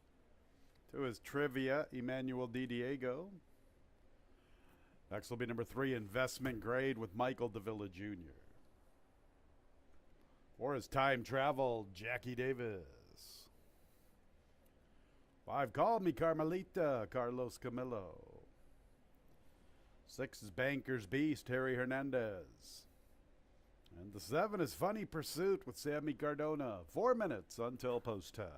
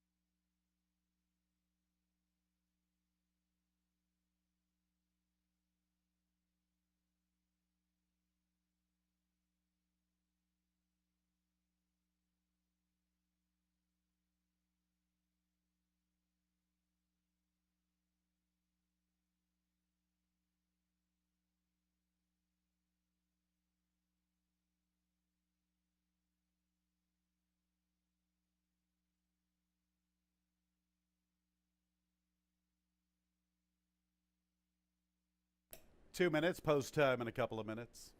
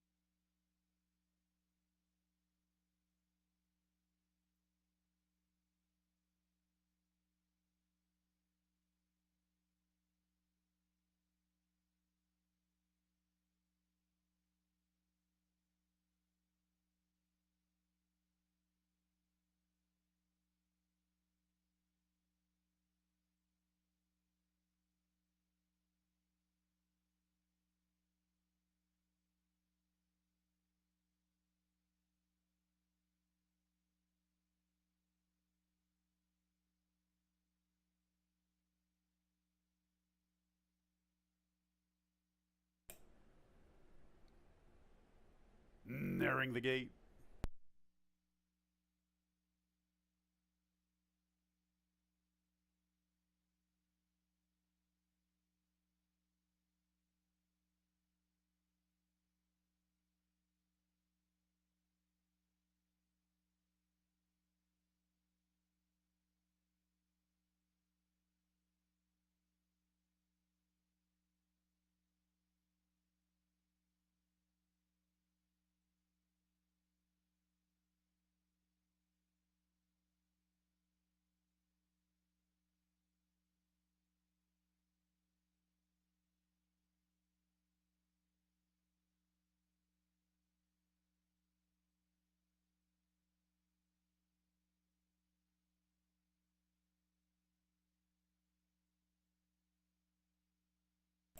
It's post time for the third race. 7, 3, and 4-year-old fillies arriving at the gate. Big favorite 2, Trivia, 6-5. Now 7-5 for the favorite Trivia. Fudge Brownie, the Arlington Park Invader, is the first one into the gate. First start on a dirt racetrack for Fudge Brownie.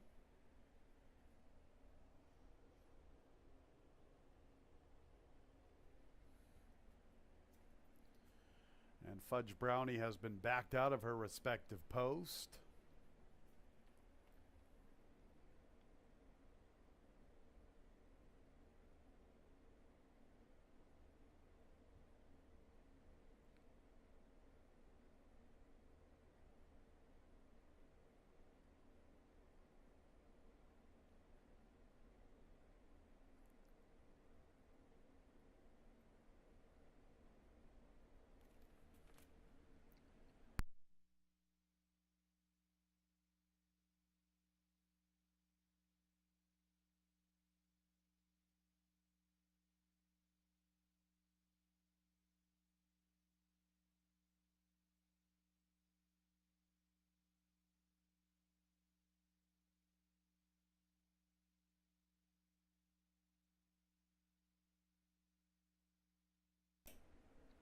Fudge Brownie back into post position 1. Joel Cruz climbing back aboard. There's the favorite Trivia. Trivia is 3-2. Fudge Brownie is 4-1. Time Travel and Funny Pursuit are both 9-2, and Investment Grade is 5-1. Still looking over Fudge Brownie. Joel's back out of the saddle.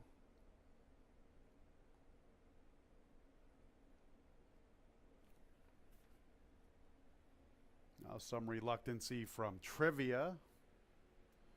Now she's in. There's Investment Grade. Next will be Time Travel.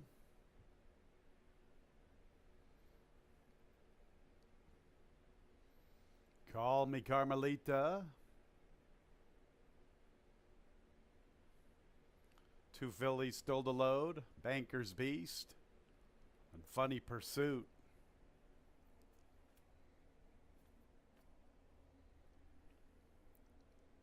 A Funny Pursuit to the outside.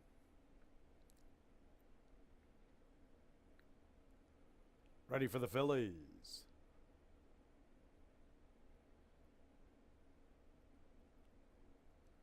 And there they go, and Fudge Brownie walked out of the starting gate. Call Me Carmelita quickly away, also showing pace is Investment Grade. Banker's Beast is up close from third. Here's Trivia, fourth against the inside, 2.5 off the lead. 4 lengths in front of Funny Pursuit, length and a half to Time Travel. About 9 lengths to Fudge Brownie, who absolutely walked out of post position 1. On the front end, Investment Grade with Call Me Carmelita, and they have about a length and a half. From the outside there races Banker's Beast in third.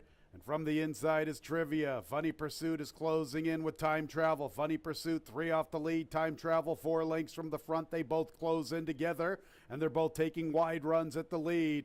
And they turn for home. Here comes Funny Pursuit out in no man's land. Time Travel got a better slip. 1 from the outside. Time Travel and Funny Pursuit. Banker's Beast tries to quicken. Time Travel's up to the front. Trivia firing through from the rail. Time Travel and Trivia. Time Travel. Trivia up the inside. Time Travel trying to get to the wire before Trivia. Time Travel. 2 in a row. Time Travel from Trivia. Then Funny Pursuit and Banker's Beast.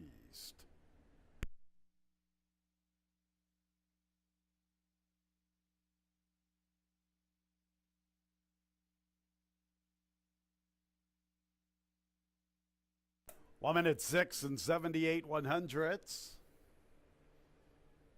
Time Travel and Trivia both quickened inside the final 3/16.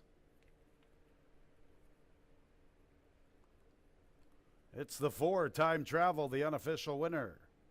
Second place, number 2, Trivia. Third place, 7, Funny Pursuit. Fourth place, 6, Banker's Beast. 4-2-7-6, 4-2-7-6. 1 minute 6 and 78/100ths, the final time.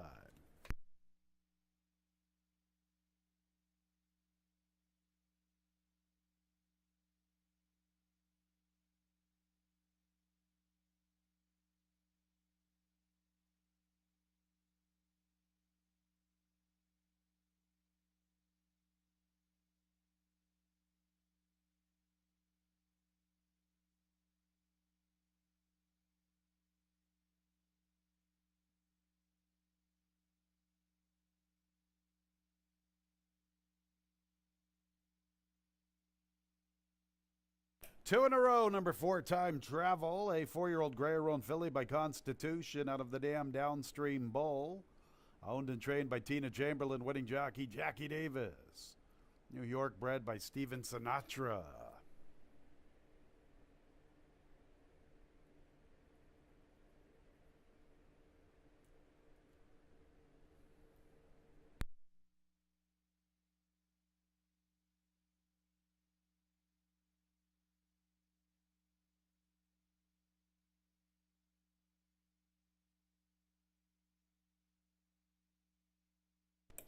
And the third race is official. 4276, 4276, the top 4 finishers. 42 exact at $34.60. 427 trifecta, $19.87. The dollar super, $154.75. A 5-4 double, $52.50. 154 early pick 3, $21.50. We had a claim out of the third race, 2-way shake number 1, Fudge Brownie. I will announce the winner of the shake momentarily. Fourth race, no changes. The fourth race is clear of change. It's in 22 minutes at 2:37.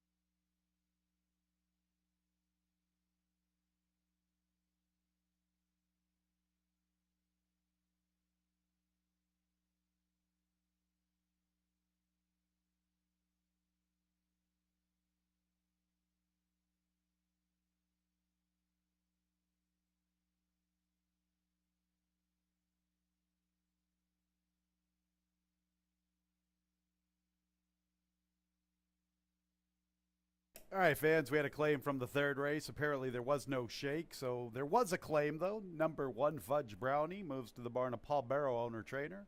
A claim from the third race. Number 1, Fudge Brownie, moving to the barn of Paul Barrow, owner-trainer.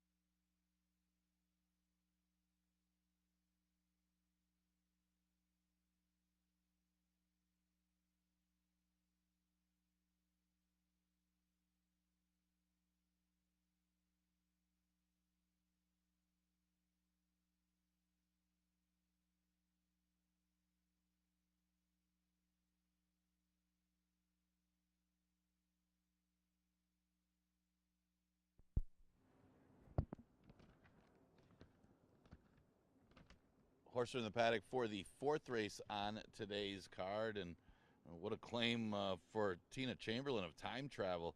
That's 2 in a row at the higher $11,000 to $9,000 level since being claimed for 5 back on September 1st. Time travel with Jackie Davis aboard gets the victory in the third. As we go to the fourth, the 5,000 claiming race, horse have not won 2 races in 2020, 2021. Goes the distance of a mile 70. Early money on the 1 Flat Bill, who returns to Finger Lakes after being away for a while, as this horse has tried different surfaces too, and has performed well. I mean, I remember this horse usually hitting the board against some of these cheaper races, and did pretty decently around this track as far as being in the money. So you notice 12 for 13 in the top 3 when he was here before. So Flat Bill returns, catches a pretty soft group on the return, and should be a major player in here. The concern would be more seconds and thirds than victories for Flat Bill, but he's a 7 to 5. The 4 horse is Analyze Your Luck. Analyze Your Luck ran third in his last start behind What Are You Doing Now? Now, What Are You Doing Now? Pretty tough when that one had been running in starters and was just way too good for that field. What Are You Doing Now would be something like 1 to 5 against this field. So no shame there losing to that one. That was after waking up with a dominant performance against the 1 in 2 years in the race before. So he should certainly be competitive in here, and has a little stronger pass than most of the other ones in this race. He's at odds of 5 to 2. The 2 is Mr. Skittles, horse that's also had a pretty decent pass. He's had 61 starts anyway. Has never won at this particular distance, but he's made 17 career route attempts in his life, and his numbers are pretty close in routes and sprints. Only 1 victory in routes in Mr. Skittles' career, but this is one of the softer fields that he's been up against, and he'll stretch out after running 5th in a sprint when dropping to 5 last time. So 10 minutes to post for the 4th Exacta Trifecta Superfecta Daily Double, and pick 3 starts in here.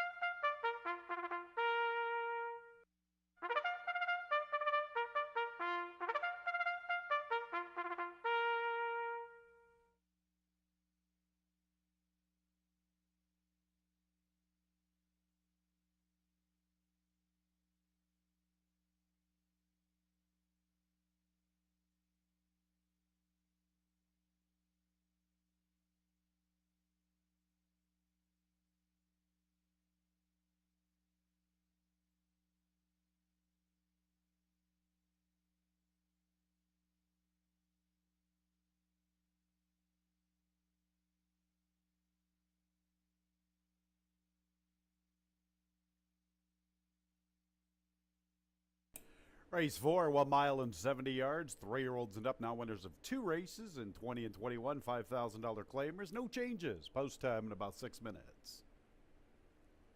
Let's meet the field, beginning with number 1, Flat Bill. Andre Worry looking for a riding double. Flat Bill is the current favorite at 7 to 5. 2 is Mr. Skittles, Nazario Alvarado. Next will be the 3, Thesis, Emmanuel Di Diego. 4 is Analyze Your Luck with Jeremiah Flores. Next will be the 5, Jet Set Cat, Tammy Permarini. And the 6 is Blue Skies Forever with Carlos Camillo. 2:37 is the post time for the 4th.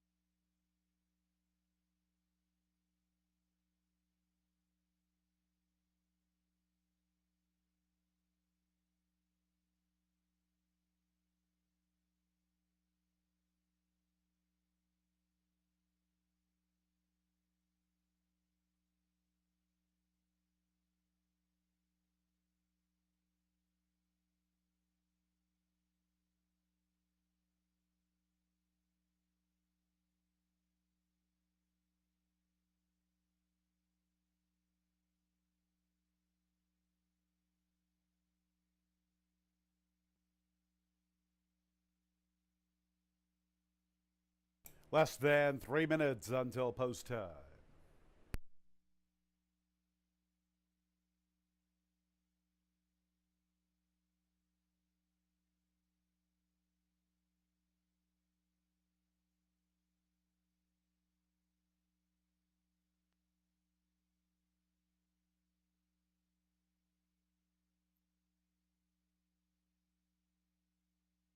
Under 2 minutes.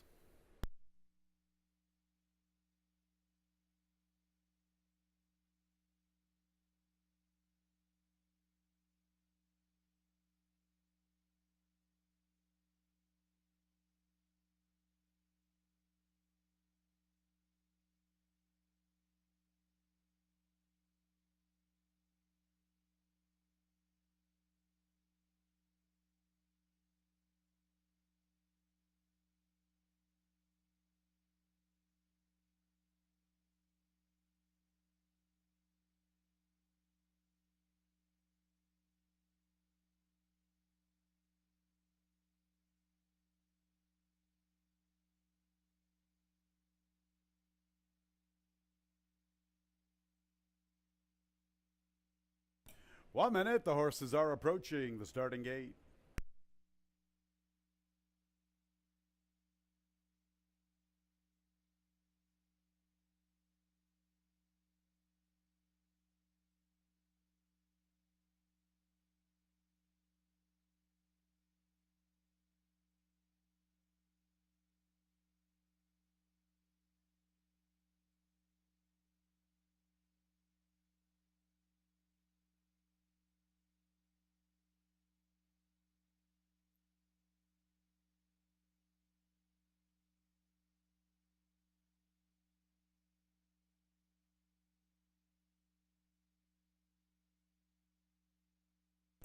It's post time for the fourth race. The horses are arriving at the starting gate.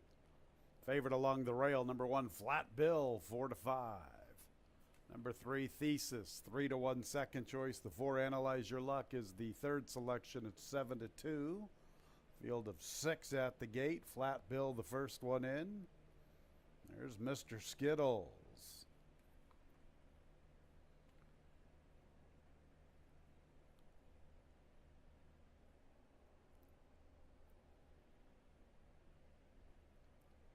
Next will be Thesis.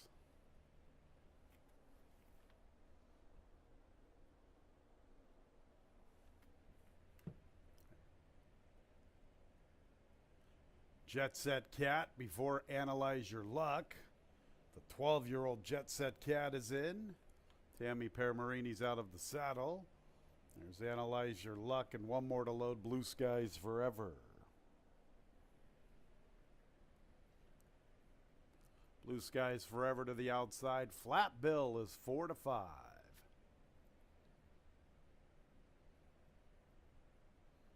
Ready for the race. And there they go. Analyze Your Luck is out for the lead. Also showing some pace is Blue Skies Forever and Flat Bill.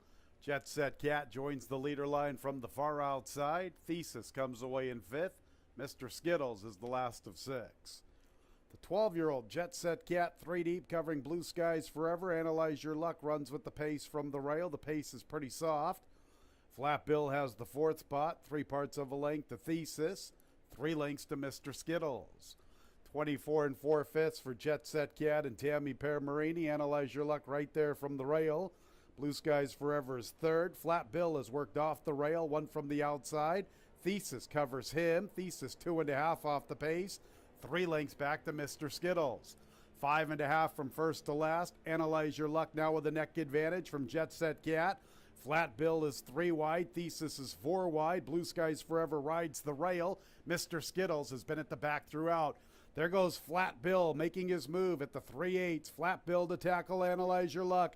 Thesis tries to quicken. Blue Skies Forever is 4th. Jet Set Cat calls it an early day. Mr. Skittles never involved. And Flat Bill has come away with the lead. Flat Bill, the one to come and beat. Flat Bill at the quarter pole from Analyze Your Luck. Thesis under a drive from 3rd. Blue Skies Forever 4th. Flat Bill off the turn, the one to beat. Analyze Your Luck still with 2nd. Thesis will make a move for that spot. And farther back, Blue Skies Forever. So it's Flat Bill past the 8th pole. Flat Bill with the lead. Analyze Your Luck is 2nd. Thesis is 3rd. Flat Bill. Analyze Your Luck's trying to come back on. Flat Bill in front. A double for Andre Worry. 7th career victory for Flat Bill. Analyze Your Luck was 2nd. Then Thesis and Blue Skies Forever at a big price to complete the Superfecta.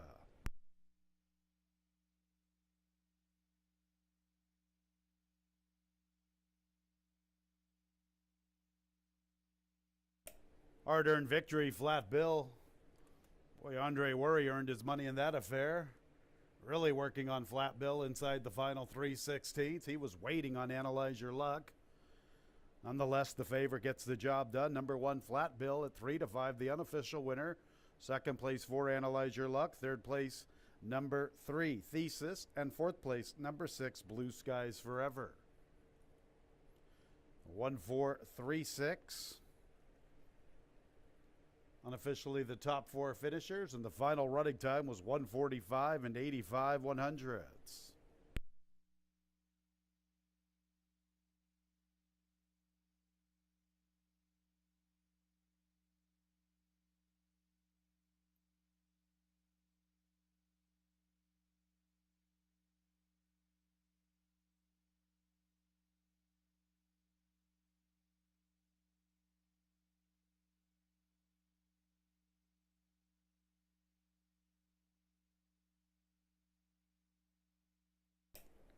Seventh career victory, Flat Bill. He makes his way into the winner's circle. A 6-year-old at Dark Bay or Brown Gelding by Regal Ransom. Out of the Dam Turducken. Owned and trained by Jeffrey Englehart. Winning jockey Andre Worry. A double for Andre. Winner was bred in New York by TNC Stable LLC.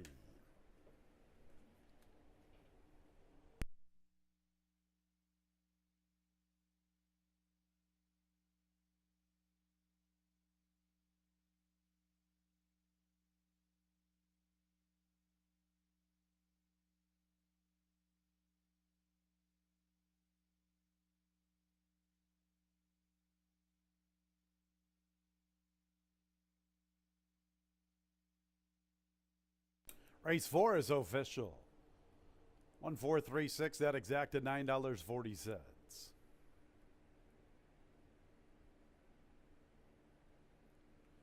Trifecta $3.50, that dollar superfecta $29. 4-1 double, $21.60. 5-4-1 pick 3, $25. No changes in the fifth race. Race 5 will start our jackpot pick 6. The carryovers in excess of $14,000. Race 6, scratch the 3, Lasagna.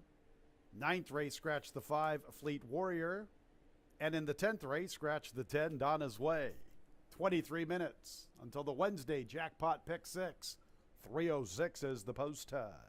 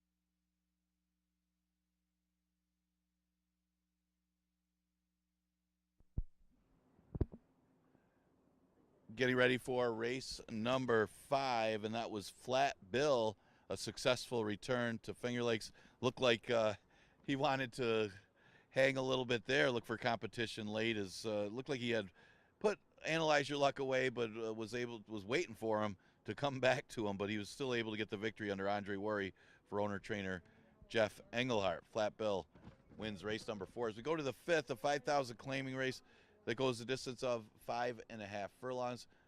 And the current favorite is the 6 Money Meister at even money. Has the numbers to win, but 2 straight second-place finishes as the post-time favorite. You get a little scared to take even money on the horse, as he's been a beaten favorite 2 in a row.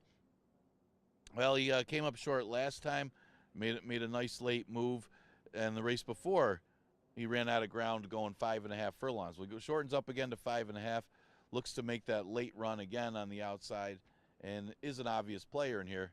Just see if he can break through from this recent second-itis.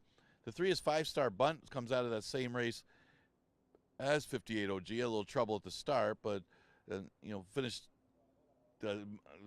behind Bunny Meister. Bunny Meister outran him that race. That was after running second in the 5,000 condition the race before, and that was a tougher condition. So this one is right there every time, is a definite top 3 threat off the recent efforts. The 1 Zenyatta could possibly be the inside speed along with I Will Rock You. I Will Rock You looks to be the speed of the race, but Zenyatta was a little more aggressive last time and was able to get the lead when they went 47, and that's usually what I Will Rock You does. So I can see this horse doing the same thing, as it kind of worked out. As in the 1 in 6 months condition last time, he still hung on to be second behind Hazam. So Zenyatta, certainly a threat in here from his inside position. 4-1 is the price on Zenyatta. So 9 minutes to post for the 5th race. And keep in mind, in this race, we start the pick 6, a jackpot pick 6. It's a 20-cent minimum wager. There's over $14,000 in that jackpot carryover pool. If you are one unique ticket, you will take down the entire pool, which would be a pretty good payday.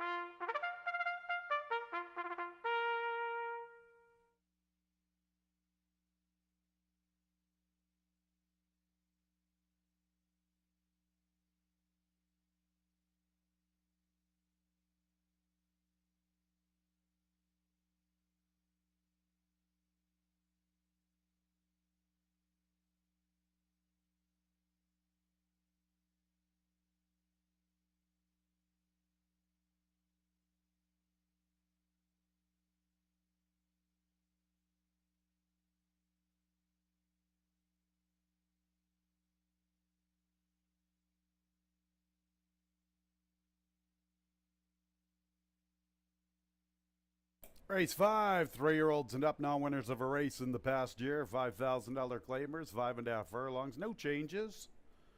This is the first leg of our Wednesday Pick 6 10 race card. Carryover better than $14,000 a jackpot Pick 6 here at Finger Lakes. And a little more than $5,500 already in the pool. Post time in about 6 minutes at 3:06.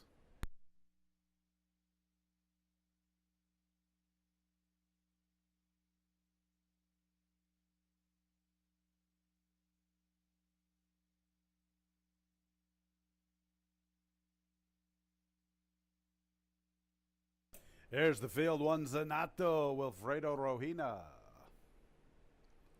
Current third choice at 7-2. On to the 2, I Will Rock You with Carlos Camillo. Next will be the 3, 5-star bunt, Oscar Gomez. Paul Barrow looking for a training double. Second choice at 2-1.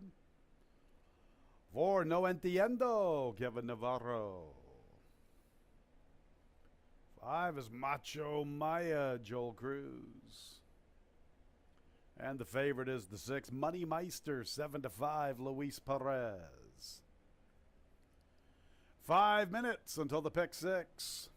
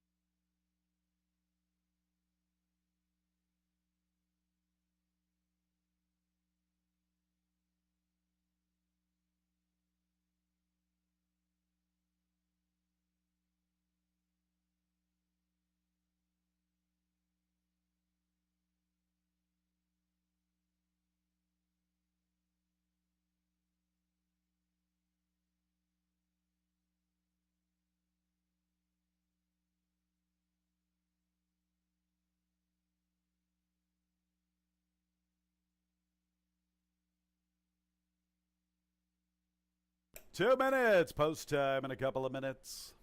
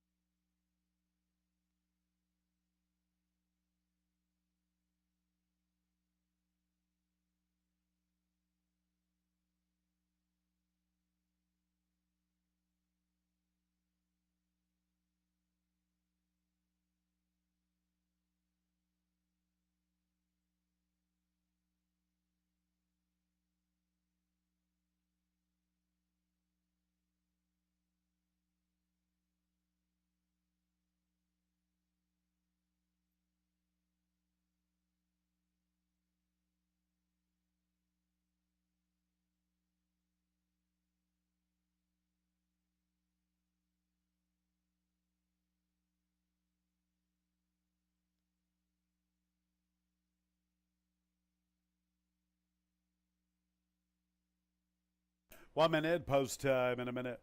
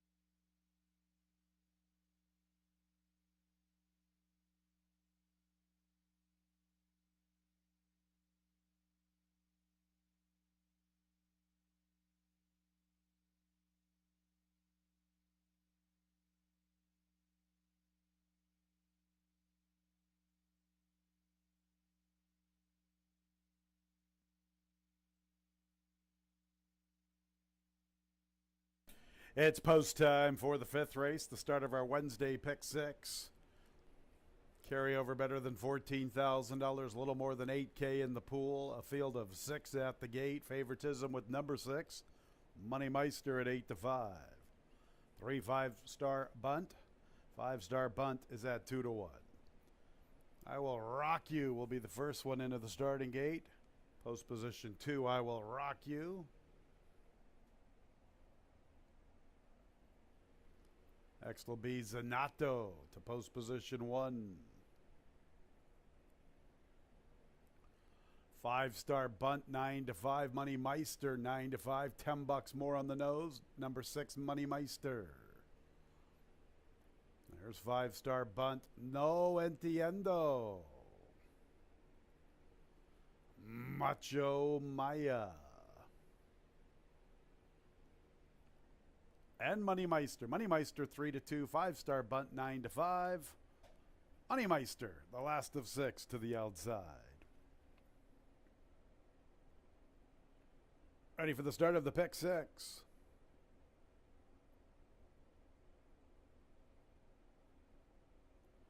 And there they go. I Will Rock You away slowly. From the outside, Macho Maya quickly away. Here's Zanato, fleet of foot from the rail, and 5-star bunts now into second. Zanato, the speed from the rail, 5-star bunt is second. Macho Maya third, I Will Rock You as the fourth spot. No Entiendo from his outside, and Money Meister from the top shelf is the early trailer, a little less than 6 lengths from first to last. Zanato is the speed, 5-star bunt stays with him. Better than 2 lengths, Macho Maya isolated in third. Another 2.5, No Entiendo inside of Money Meister. I Will Rock You at the tail of the field. Here comes Macho Maya, 3 wide with a run. 5-star bunt right there with him. So too Zanato from the rail. Zanato from the rail. 5-star bunt and Macho Maya to the far outside. And Macho Maya swept up to the front. 5-star bunt will try to quicken. Zanato fights on. Look at No Entiendo and Money Meister. Macho Maya at 21-1 hits the front, and he has the lead. Macho Maya in a big upset. Zanato second, No Entiendo third, Money Meister fourth.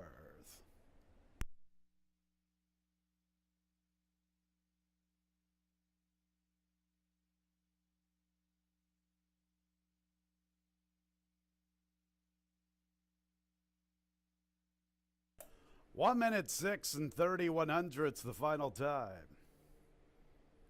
Well, we'll start the pick 6 off with a big upset. Number 5, Macho Maya first, 21-1. Second place, number 1, Zanato. Third place, number 4, No Entiendo. Fourth place, number 6, Money Meister.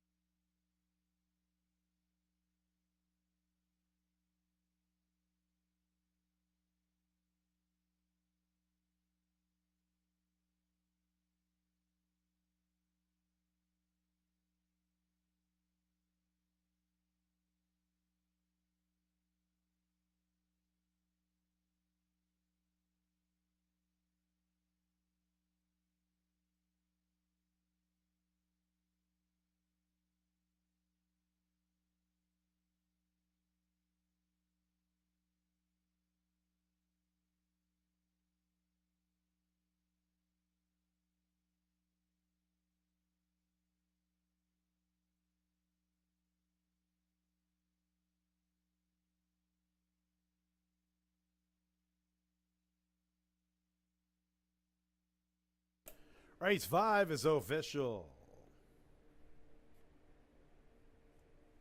5146 on the board. Macho Maya, his 5th career victory. A 7-year-old bay gelding by Macho Uno out of the dam I Know You Know. Owned and trained by Christine Nunn. Winning jockey Joel Cruz.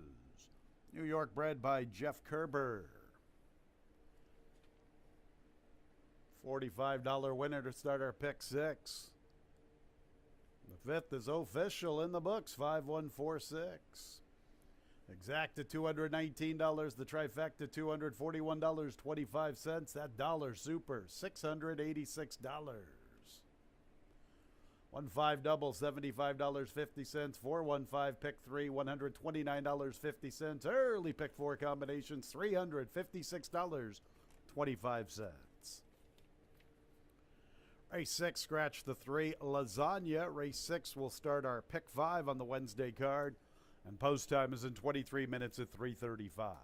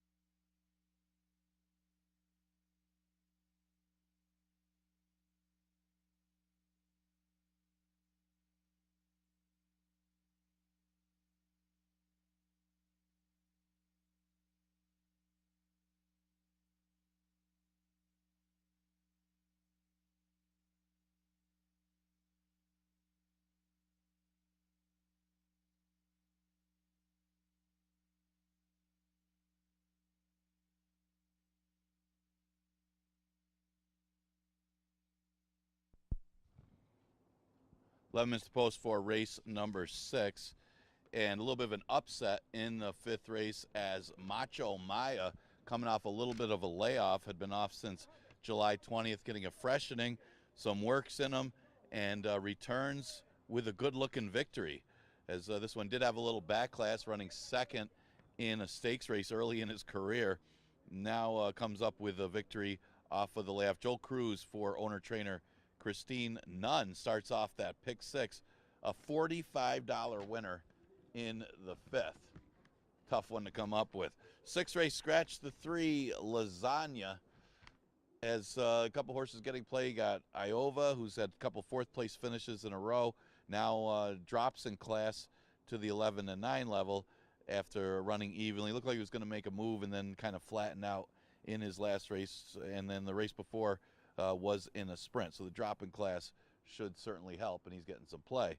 The 4 is Just Stay Home. He's a 7-2. And the 5, Bella Bay, getting some action at odds of 2-1. She may show some speed in here, as she flashed some speed in a paceless field in an allowance race back on August 31st. Now, she was way over her head in that race, as she was easily passed by a couple of the allowance level horses. She dropped last time, but turned back in distance and lost badly to Time Travel, who we just saw win today, but she broke badly in that race and was never really in it. So a better break, back to a route. If she could get out there with the pace, she could be dangerous, but another tough spot for Bella Bay, and there's some other speed in here. Mentioned the 4, Just Stay Home, who's been running at this level, stretched out last time and ran pretty well, just had to chase after the speed of what might have been, who didn't come back to her. So that was her first time going long this year. She'll try again today.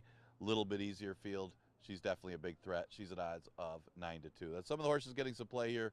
For the 6th, there's about 9 minutes to post. Again, scratch the 3, Lasagna.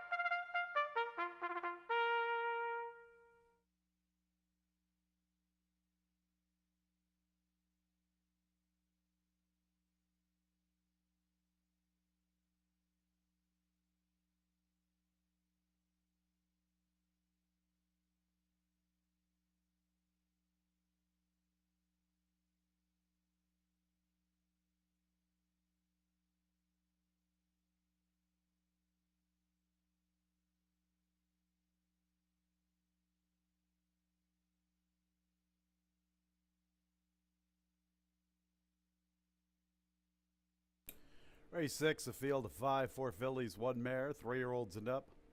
Non-winners of 2 races. Claimers 11 down to 9,000, 1 mile and 70 yards. Scratch number 3, Lasagna. Race 6 will start our Wednesday pick 5. Post time in 7 minutes. Here they are. Number 1, Iova, Oscar Gomez, the favorite at even money. 2 is star manager Harry Hernandez. Michael S. Ferraro looking for a training double. Stablemate 4, Just Stay Home, Luis Perez. 5 is Bella Bay, the second choice at 2-1 with Kevin Navarro. And the 6, Hot Possibility, the lone mare, Rudy Ignacio, looking for his second winner on today's card. Post time in 6 minutes. 3:35 is the scheduled post time.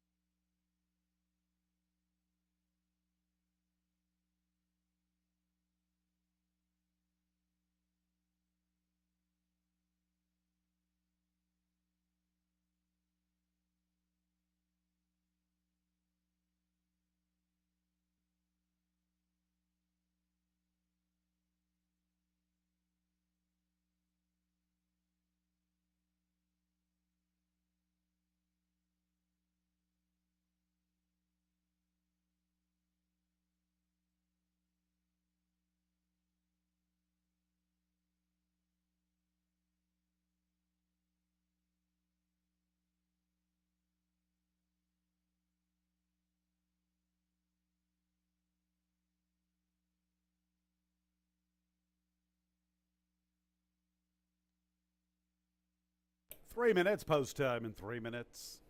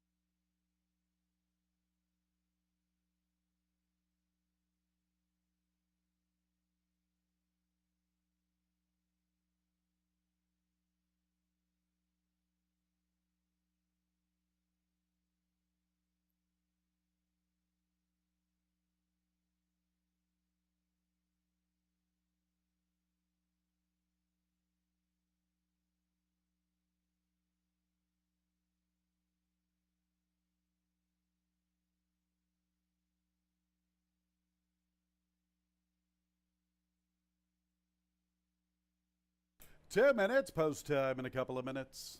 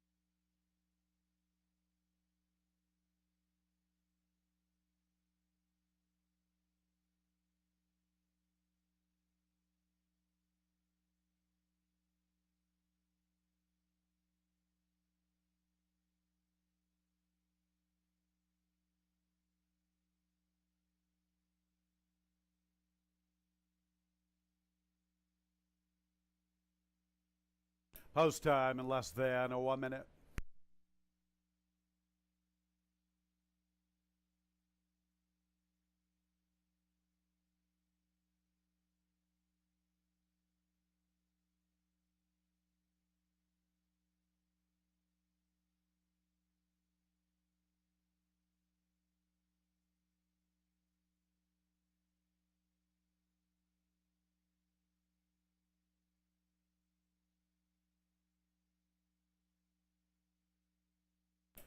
It's post time for the 6. Field of 5, 4 fillies, 1 mare. Favorite is the 1 Iova, 1-2. Now she's 2-5. Iova 2-5. Just Stay Home, 3-1. There's Star Manager, stablemate to Just Stay Home, both conditioned by Michael S. Ferraro. Michael's looking for a trading double. Our Caravan captured the opener. Here's Just Stay Home, 2 to load, Bella Bay and the Lone Mare, Hot Possibility. Rudy Ignacio looking for a riding double. Big price on the Lone Mare, 25-1. So it's all about Iova, clear-cut favorite, 2-5. Just Stay Home, 5-2, ready for the pick 5. And there they go. Hot Possibility is out for the lead. Iova's up close from second, Star Manager third, Just Stay Home is fourth, and Bella Bay is the last of the quintet. Hot Possibility, the Lone Mare, makes the pace from the heavy favorite Iova from the rail. Star Manager's up close. Just Stay Home in the clear from the far outside, and Bella Bay is the last of 5. Hot Possibility with the lead. Iova second from the inside. Star Manager forwardly placed. Just Stay Home is fourth, 2.5 off the lead, 2.5 in front of Bella Bay, 5 lengths from first to last. Absolutely crawling up front for the Lone Mare.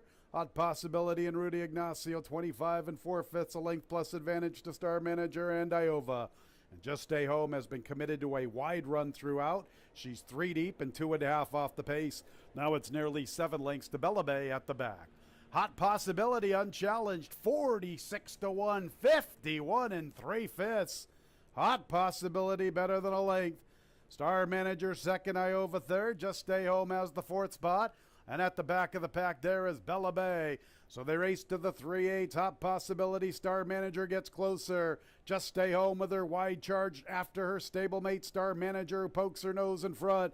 Iova's 4th from the inside, and Bella Bay tries to get involved. Star Manager, Just Stay Home's on the attack. Iova has a split from the rail. Just Stay Home now up to the front. Iova up the inside. Just Stay Home off the turn with the lead. Iova second, then Star Manager. It's Just Stay Home who gets to the inside for the final furlong. Iova's fighting for second with Star Manager, but it's Just Stay Home who has scampered clear. Just Stay Home in front. Training double for Michael S. Ferraro.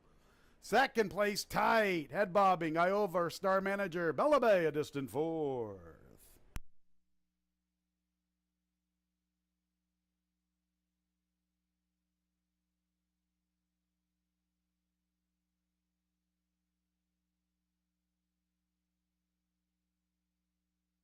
For Just Stay Home first. Training double Michael S. Ferraro. 1:47 and 71/100ths the final running time. Tight photo, second and third.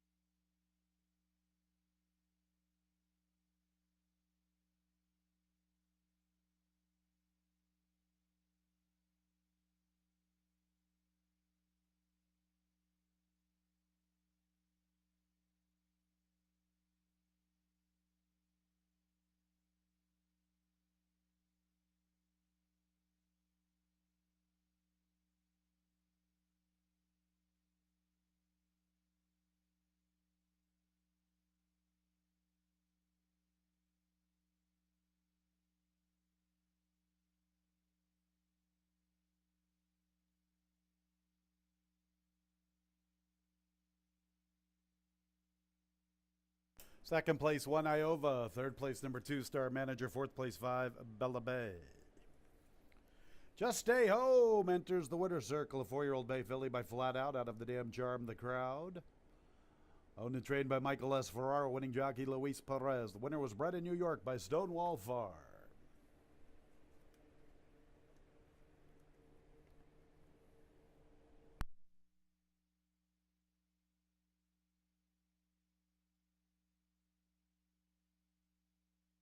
Race 6 is official. 4125 up on the board. Exact to $6.80.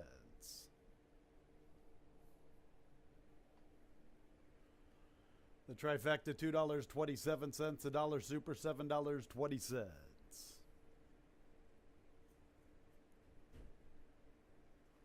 5-4 double, a good one, $144. 154 pick 3, $53.75. And a claim from the 6th, the runner-up, 1 Iova, moves to the barn of Rafael Jose Rojina along with Edwin Mundo. Rafael Jose Rojina is the trainer. Sugar claims the 1 Iova. He owns in partnership with Edwin Mundo. 7th race, there are 3 overweights. The 1 and the 6 both carry 1 pound over. And the 4 Saichi Mana 2 pounds over the weight. 7th race will start our late pick 4, and post time is in 24 minutes at 4:04.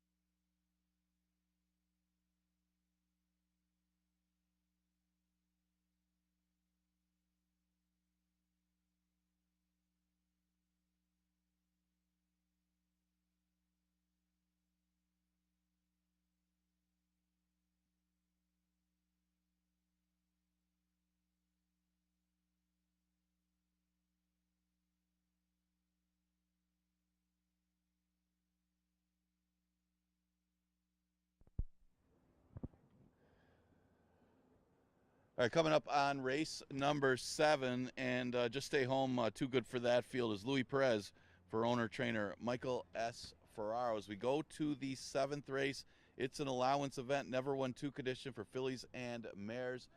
And look at the board right now. The current favorite is the 2 Tangerine Dream. Does have some speed, and will go a little bit further today, 6 furlongs, as she faces winners for the first time. So tougher task today for Tangerine Dream, although this 2 Lifetime didn't come up that tough.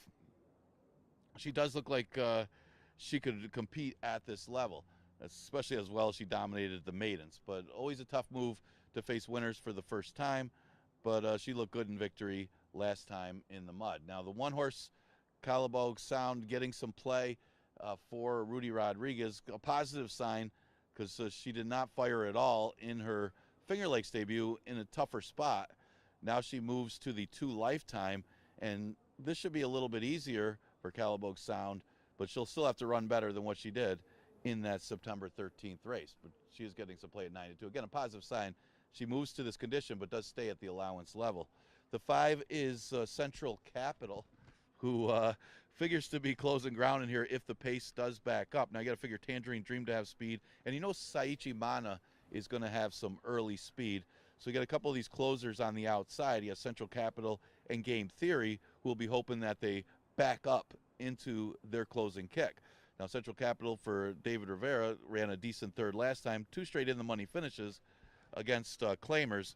Does step up in class here, but is getting some play. Game Theory stays at the same level. The other Grusmark trainee, Tammy P. Marini, opts to ride the 2, but Game Theory certainly stands a chance too, as she woke up a little bit with a 3rd place finish going 3/4 last time. It's a pretty good field here in a 2 Lifetime allowance. Exacta Try, Super Daily Double, Pick 3, and the Pick 4 starts in race number 7.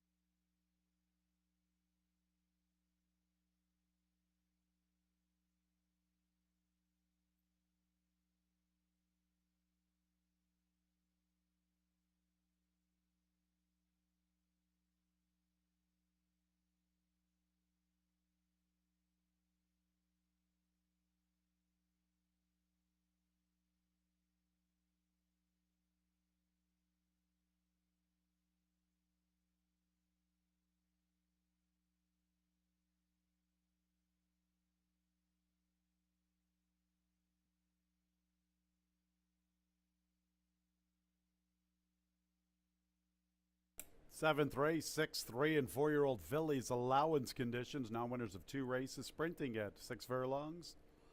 The 1 Calabogue Sound, 1 pound over. The 4 Saichi Mana, 2 pounds over. The weight 6 Game Theory, 1 pound over. This is the first leg of our late pick 4, and post time is in 6 minutes.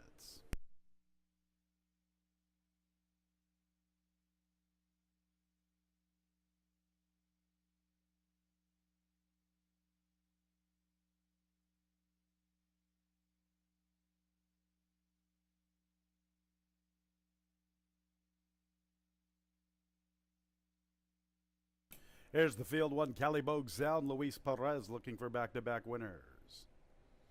2 is Tangerine Dream with Tammy Permarini, the big favorite at 4-5. We'll skip ahead to the 4, Saichi Mana, Emmanuel Di Diego. 5 is Central Capital, Jackie Davis looking for a riding double. 6 is Game Theory, Andre Worry is looking for his 3rd winner on the Wednesday card. This one is a stablemate to the favorite 2, Tangerine Dream, both conditioned by Carl Grusmark. And the last one in the post parade is the 3, Delaware Destiny, Rudy Ignacio looking for another winner. Post time in 5 minutes.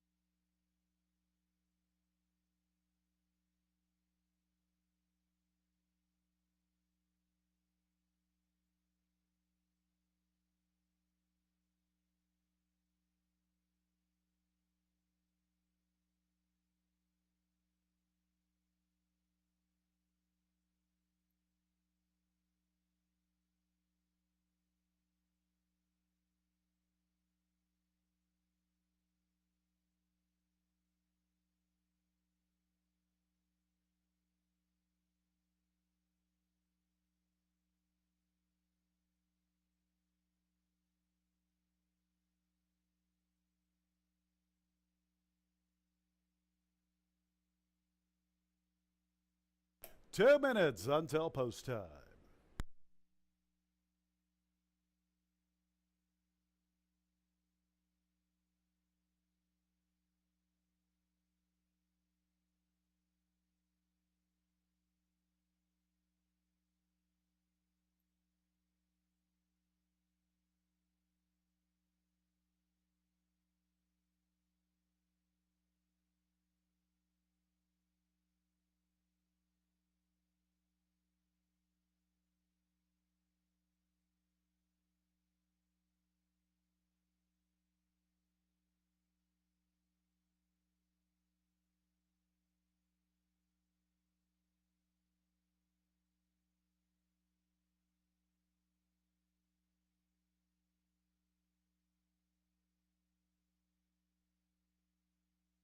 The fillies are approaching the starting gate.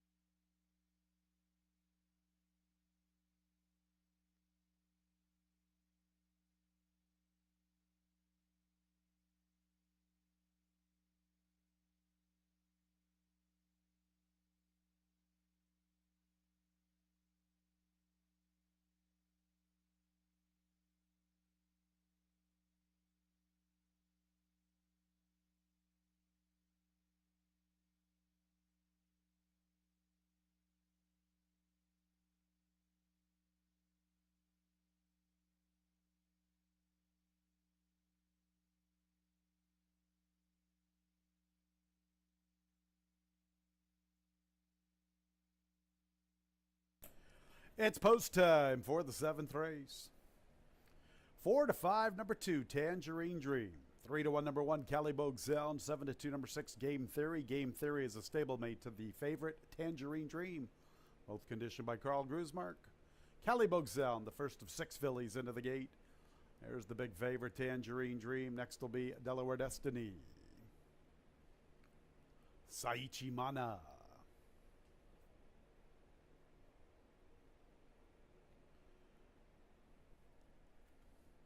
Central Capital, the lone 4-year-old filly, and Game Theory to the outside. Tangerine Dream at 4 to 5. Ready for the fillies.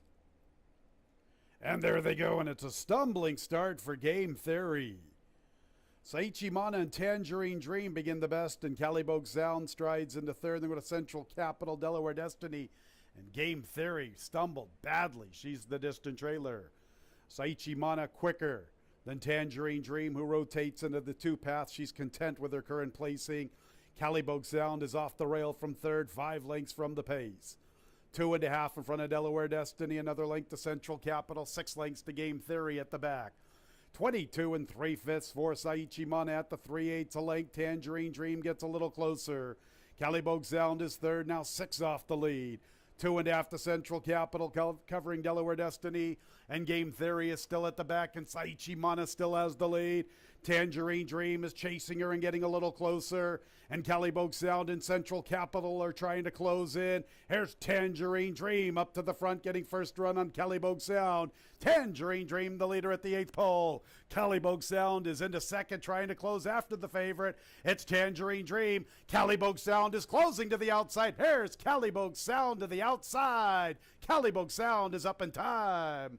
A double for Luis Perez. Tangerine Dream second, then Central Capital. 4th and 5th tight, Saichi Mana or Delaware Destiny.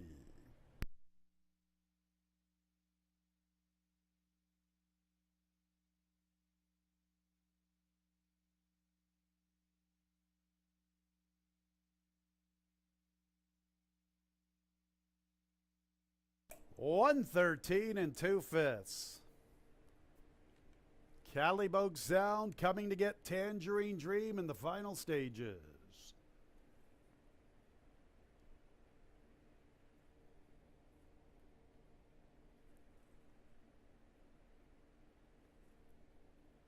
The final running time, 113 46/100.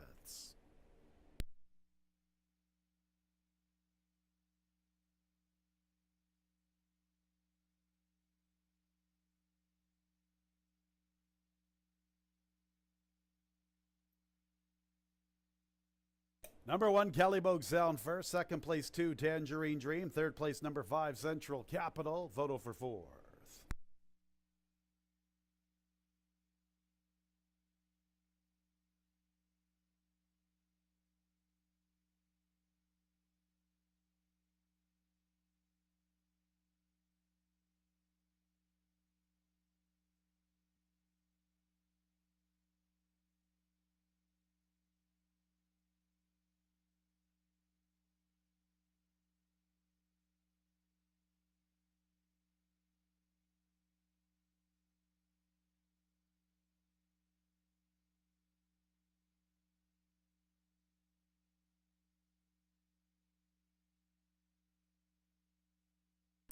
Entering the winner's circle is the one, Calibogue Sound, a 3-year-old Abbey filly by Speightster out of the dam Blush Now.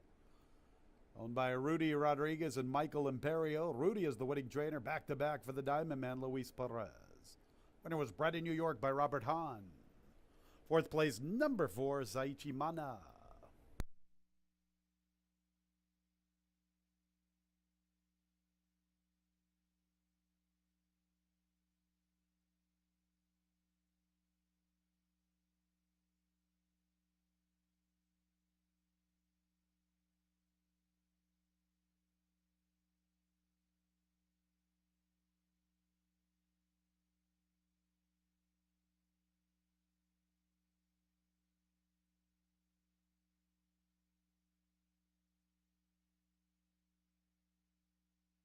Seventh race is official. 1, 2, 5, 4 on the board.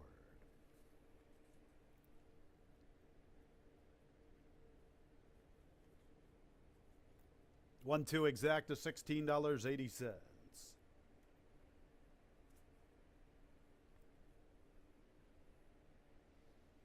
1, 2, 5 trifecta, $11.40. 1, 2, 5, $4 super, $94.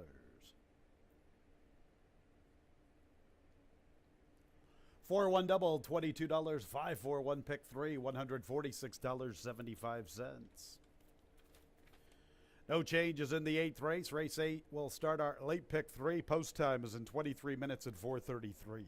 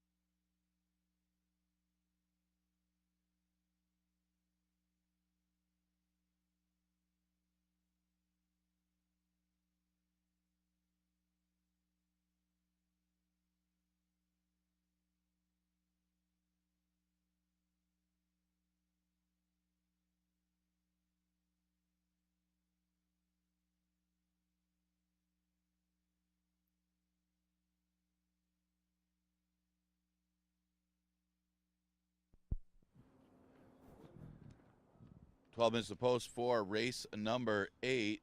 And Calabogue Sound, in the proper condition today, was able to sit off, as that's kind of been the trend today. Horses outside off the pace, but Tangerine Dream rated as long as she could behind Seichi Mana, took over and just couldn't hold off the closing Calabogue Sound under Louis Perez for trainer Rudy Rodriguez. Second trip over the track, a successful one. As we go to race number 8, an allowance event, never won 2 condition, going a distance of 1.70 miles. Got a couple 2-to-1 shots in here.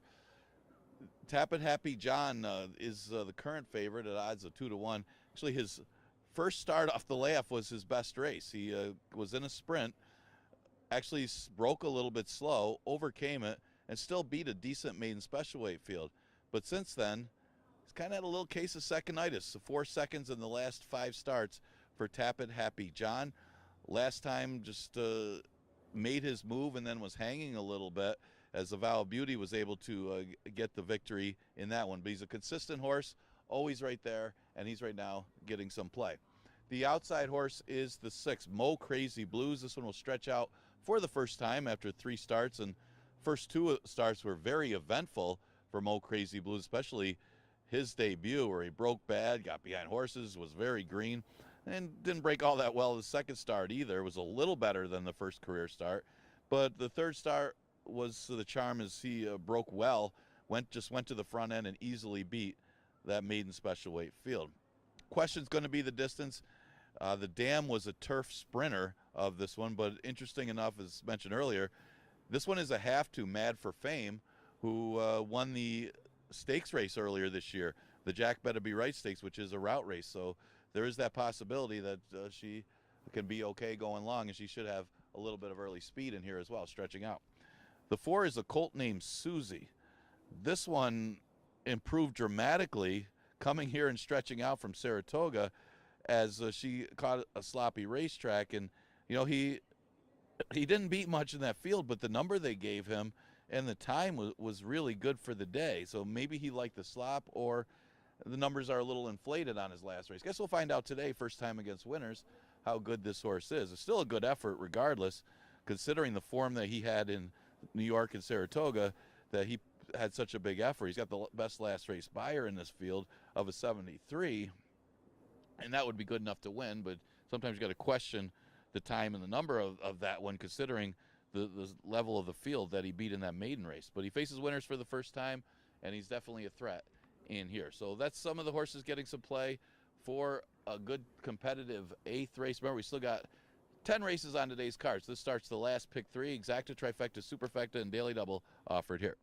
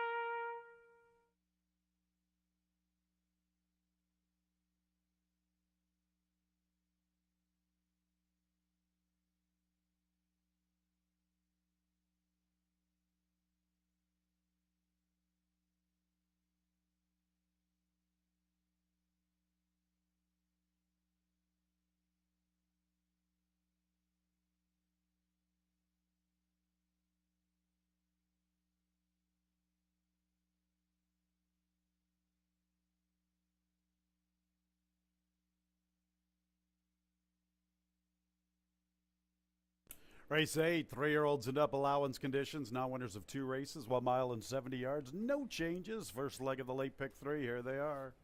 1 Tap at Happy John. Luis Perez looking for 3 in a row. Current second choice at 5-2. Number 2 is Lorenzen, Jeremias Flores. Next will be number 3, Honorable Avenue, with John Davila Jr. There's the 4, a colt named Susie, Emmanuel Di Diego. 5 is Swinging Sticks with Oscar Gomez. And the 6 is Mo Crazy Blues, Joel Saunier, 2-1. Tap at Happy John, 2-1. Mo Crazy Blues, 2-1. Tap at Happy John, the slight favorite. Post time in 6 minutes.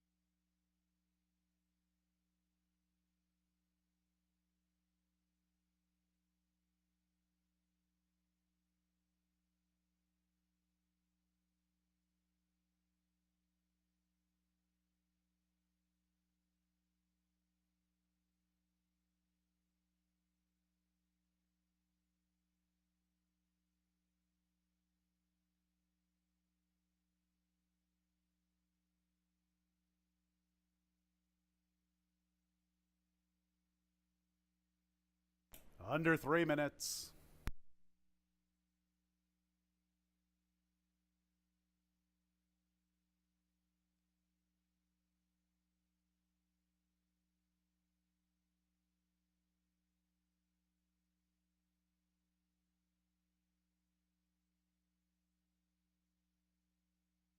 Two minutes. Final 2 minutes of wagering for today's 8th race.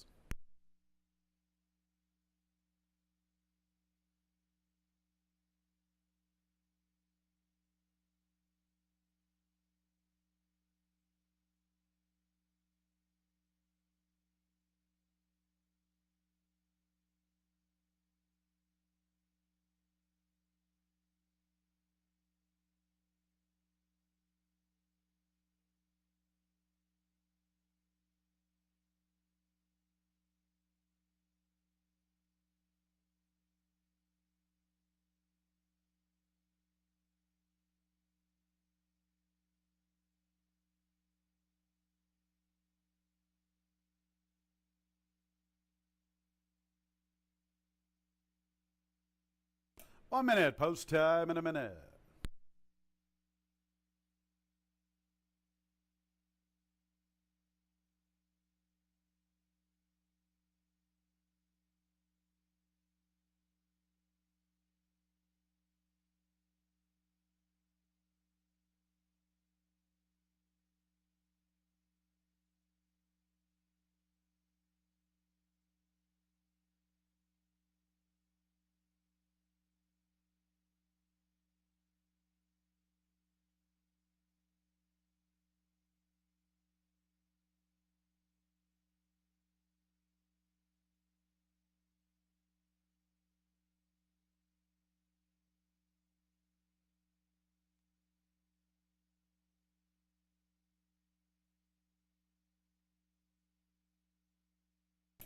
It's post time for the 8th race. 2-1 favorite, number 1, Tap It Happy John. 3-1, number 4, a colt named Susie. Now a colt named Susie is 9-2. So we'll start from the top with Tap It Happy John, now down to even money. Tap It Happy John pounded in the late stages down to even money. Oh Crazy Blues 4-1, a colt named Susie 9-2. Lorenzen is in. Up next will be Honorable Avenue. There's a colt named Susie.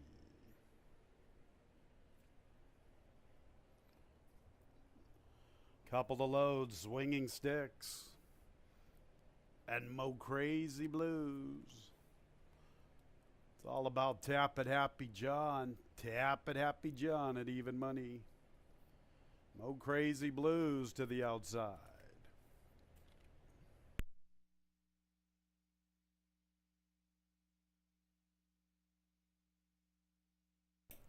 Ready for the race.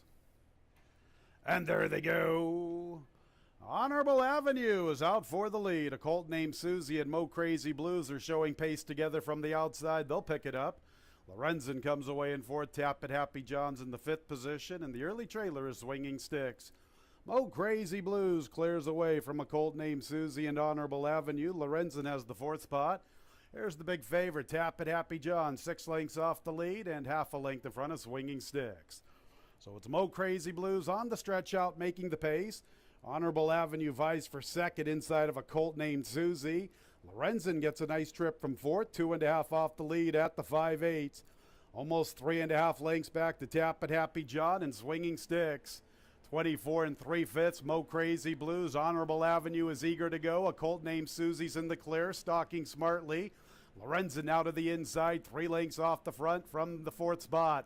3 lengths to Tap It Happy John, 6 lengths to Fine. And at the back of the field is Swinging Sticks.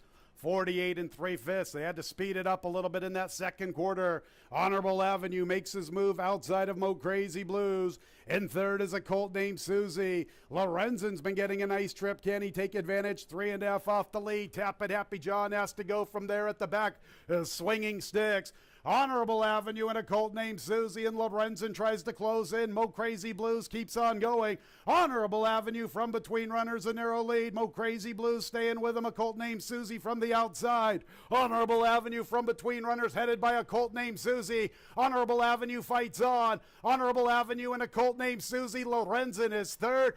A colt named Susie and Honorable Avenue from the inside. Who's it gonna be? A colt named Susie.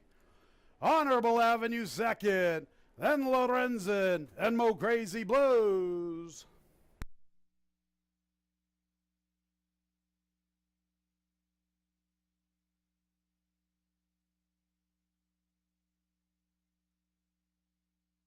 What a horse race between a colt named Susie and Honorable Avenue. 1 minute, 47 seconds, the time on the board.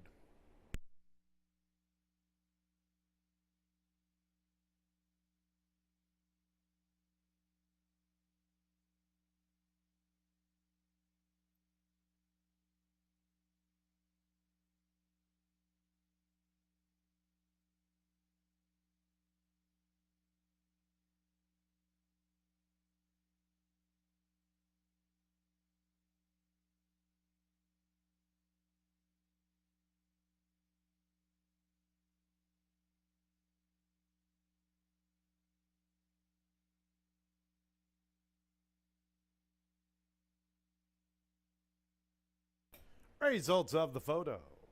Number 4, a colt named Susie first. Second place 3, Honorable Avenue. Third place 2, Lorenzen. Fourth place 6, Mo Crazy Blues.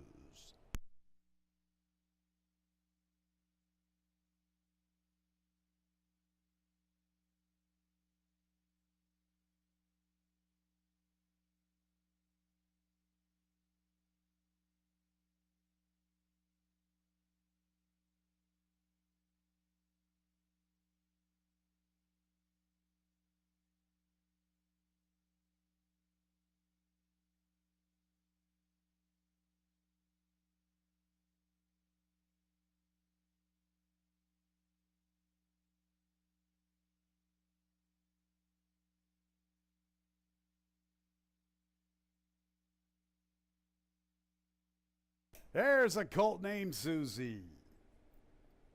3-year-old dark bear brown gelding by Frost Giant out of the Damn Subtle Sweetness. Give him 2 in a row, owned by Sunrise Stables and Celeritas Racing LLC. Winning trainers are Ralphie D, Ralph D'Alessandro. Winning jockey, Emmanuel Di Diego. New York bred by Sunrise Stables. Race 8 is official. The exact is $62.50. The trifecta $57. The dollar super $812. A 1-4 double $37.80.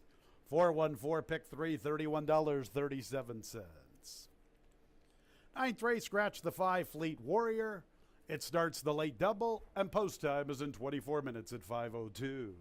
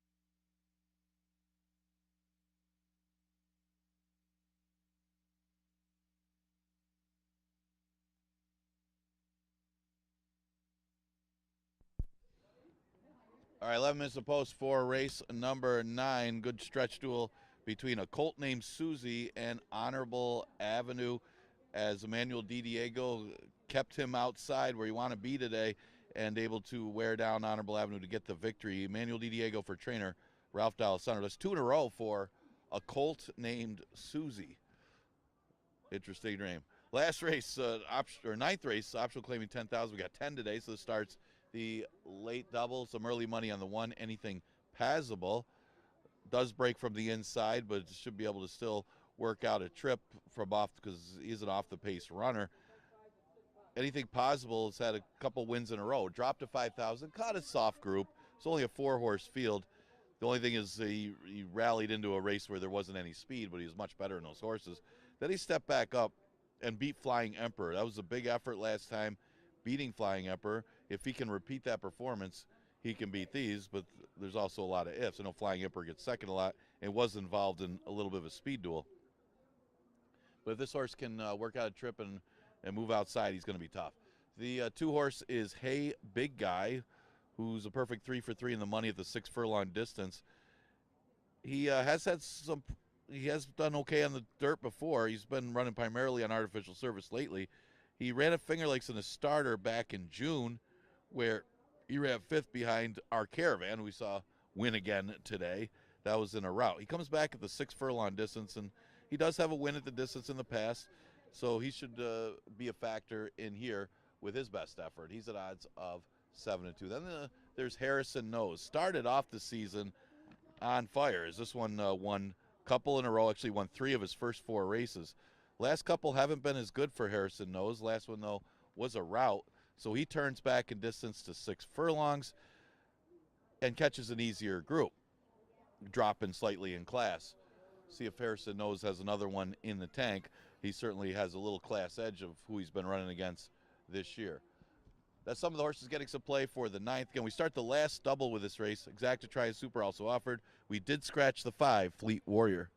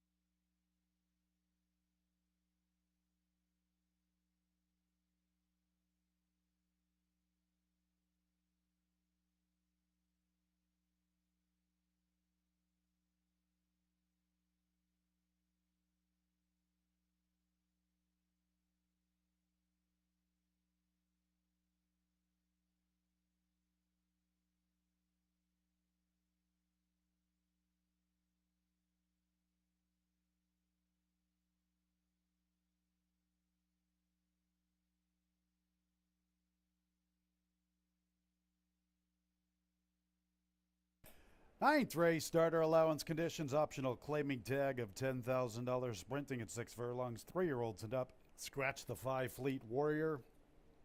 Ninth race starts our late double.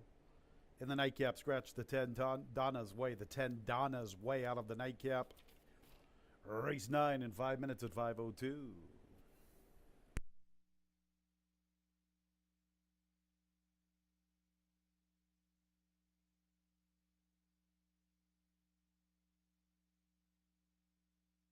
There's the field. One anything possible, looking for 3 in a row. Jackie Davis looking for a riding double. 2, hey, big guy, the favorite at 8-5, Kevin Navarro. 3, a special story, Nazario Alvarado. He's looking for his 10th career victory and 2 in a row. On to the 4, Bustin Hoffman with Michael Davila Jr. Scratch the 5, 6 is Fed Fever.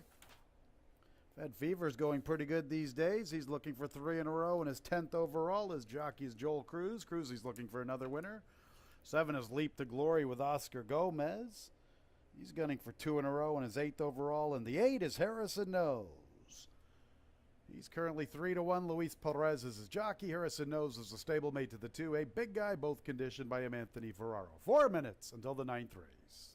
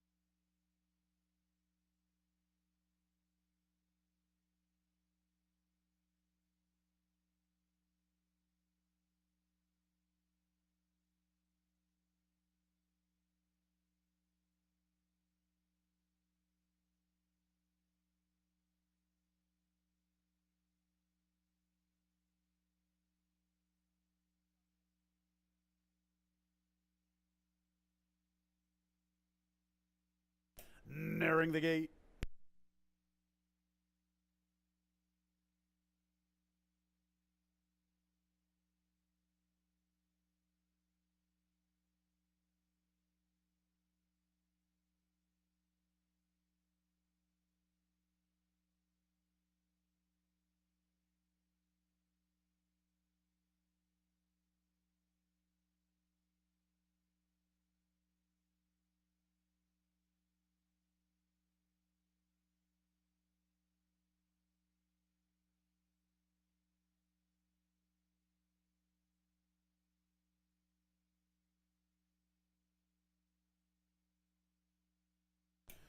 It's post time for the 9th race. Number 2, hey, big guy, 2-1. The 1, anything possible, and the 8, Harrison Knows, both 5-2. Starter allowance affair. Optional claiming tag of $10,000. Bustin' Hoffman's the only one in for the tag. 10 race card this afternoon, so this is the first leg of the late double. It's a good late double. Big sized field in the nightcap. And a nice starter allowance group here in the 9th race. So anything possible. He's streaking these days, going for 3 in a row in his 8th overall. Jackie Davis looking for a riding double. Hey, big guy. Stablemate to Harrison Knows. Hey, big guy, 2-1, the favorite. Here's Special Story. 9-year-old's looking for 2 in a row in his 10th overall. Here's Bustin' Hoffman in for the tag. Fed Fever is sharp these days. He's going for 3 in a row in his 10th overall. Cruzy's looking for a riding double. Leap to Glory has some past class. He's looking for 2 in a row in his 8th overall. And Harrison Knows. He's a fireball out of the gate. Harrison Knows to the far outside. Anything possible, 2-1. Hey, big guy, and a stablemate. Harrison Knows, 5-2. Ready for the race.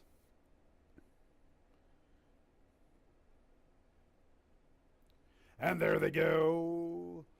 And Harrison Knows like a fireball from the far outside. He wins the start. Leap to Glory's into second, then Bustin' Hoffman, Fed Fever. Anything possible from the inside. Special Story runs with that group. He's in the 2 path. And hey, big guy, he's the early trailer, but he gets pace to chase. Harrison Knows and Leap to Glory, they mix it up. 3-length Special Story surrounded. Anything possible from the rail. Bustin' Hoffman, 3 deep. Fed Fever, 4 wide, 4 off the lead. And 3.5 lengths in front of, hey, big guy. 22 4/5. Pretty sensible for Harrison Knows. He has the lead, and he's trying to get away from Leap to Glory. Bustin' Hoffman's trying to close in with Special Story. Fed Fever's deep past the 5/16. Anything possible is all bottled up. He needs somewhere to go. And hey, big guy's starting to find his stride from the back of the pack. So it's Harrison Knows. He had to deal with Leap to Glory. He's put him away. Can he fend off the others? Harrison Knows, 3/16 from the line. Anything possible up the rail. Special Story's finding his stride. Hey, big guy starting to take off one from the outside. Harrison Knows, and anything possible up the inside. There's anything possible. 3 in a row in his 8th career score. A double for Jackie Davis. Hey, big guy second. Harrison Knows backpedaled a bit in the final furlong third. Photo for fourth that might have gone to Bustin' Hoffman.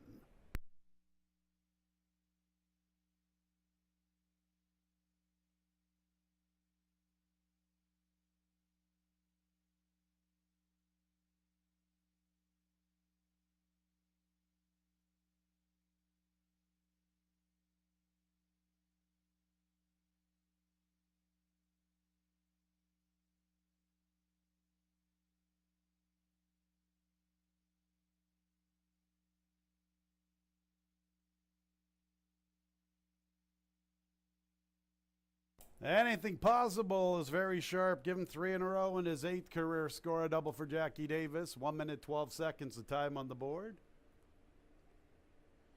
Final running time, 1:12 and 13/100ths. Anything possible, the unofficial winner of the 9th race.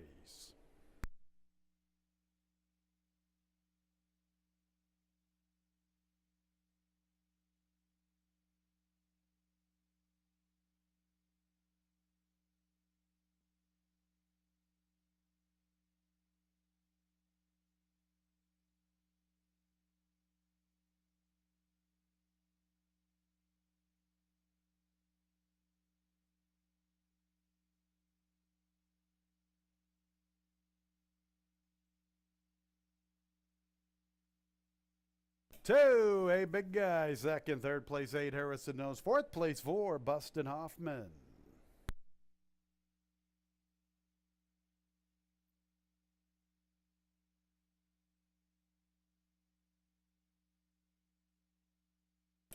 Anything possible. Give him 3 in a row. Pretty good claim by Lugu.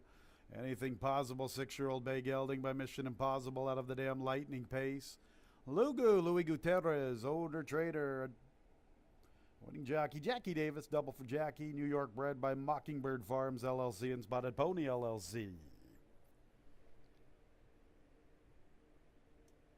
1, 2, 8, 4 officially in the 9th.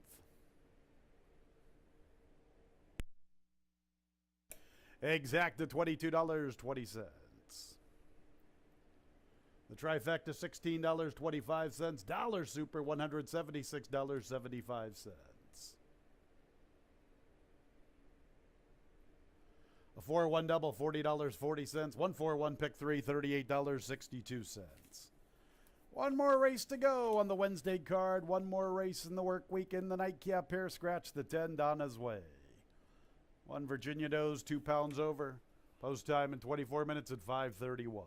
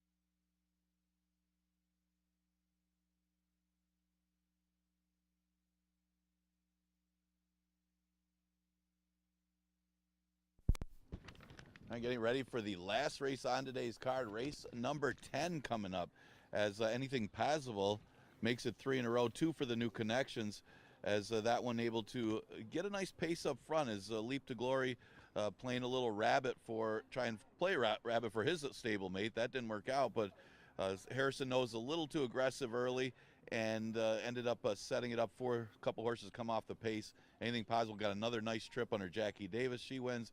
Hey Big Guy got up to be second, but they found that one late. $4.40 winner, race number 9, going pretty good for Lugu. All right, last race, never won 2 condition for fillies and mares, going a distance of 5.5 furlongs.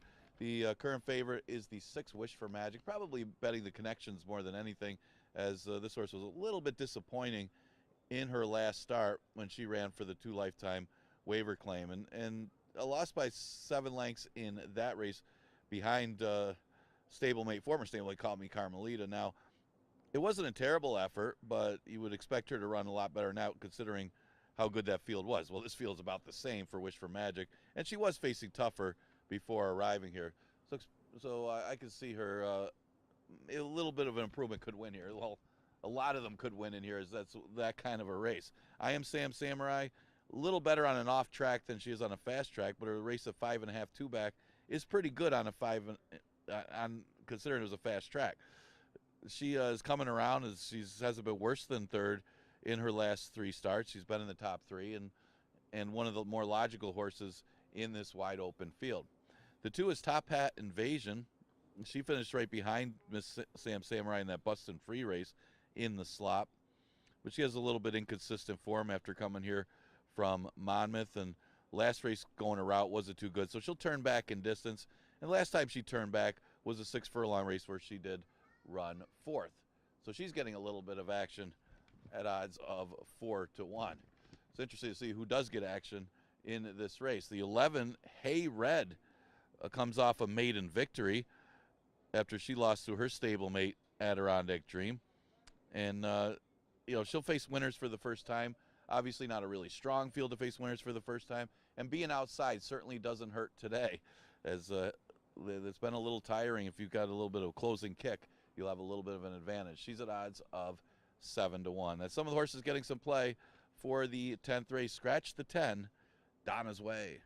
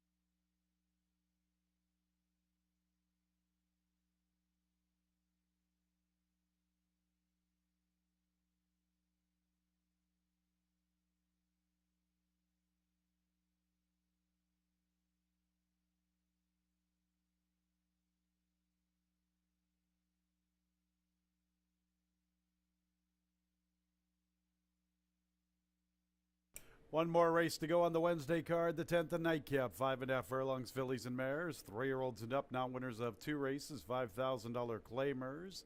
1 Virginia Does, 2 pounds over. Scratch the 10, Donna's Way. The nightcap in 5 minutes.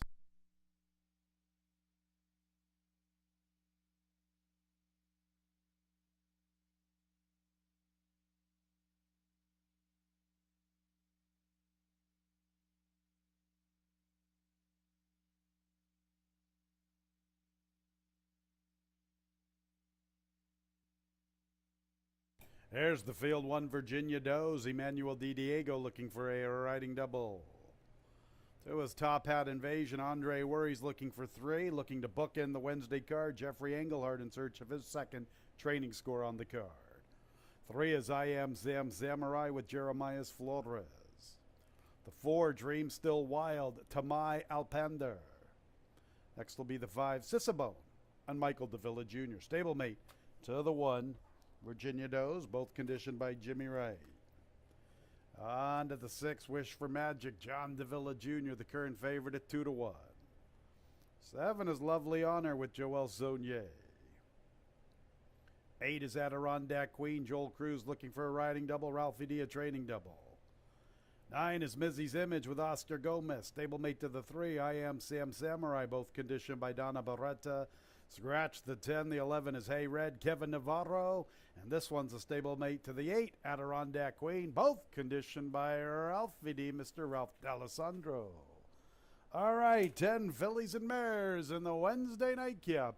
Post time in 4 minutes.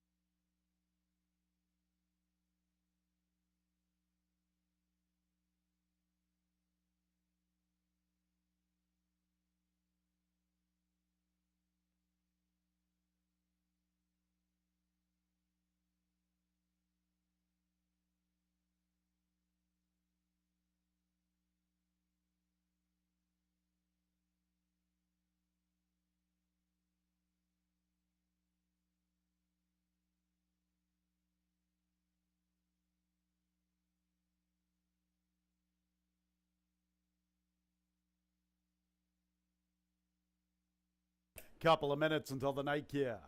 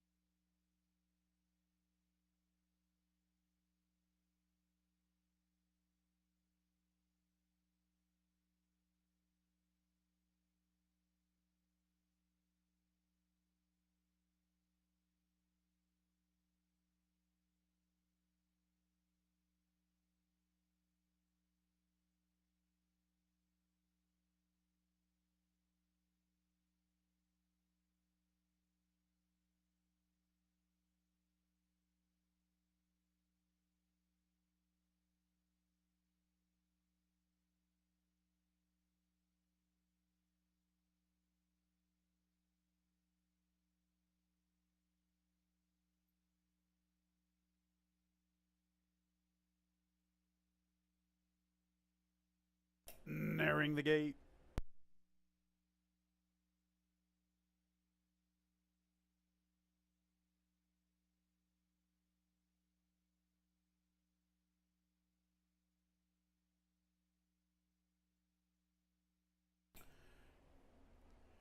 It's post time for the Wednesday night cap. 10 fillies and mares. Number 6, Wish for Magic, is the favorite at 2-1.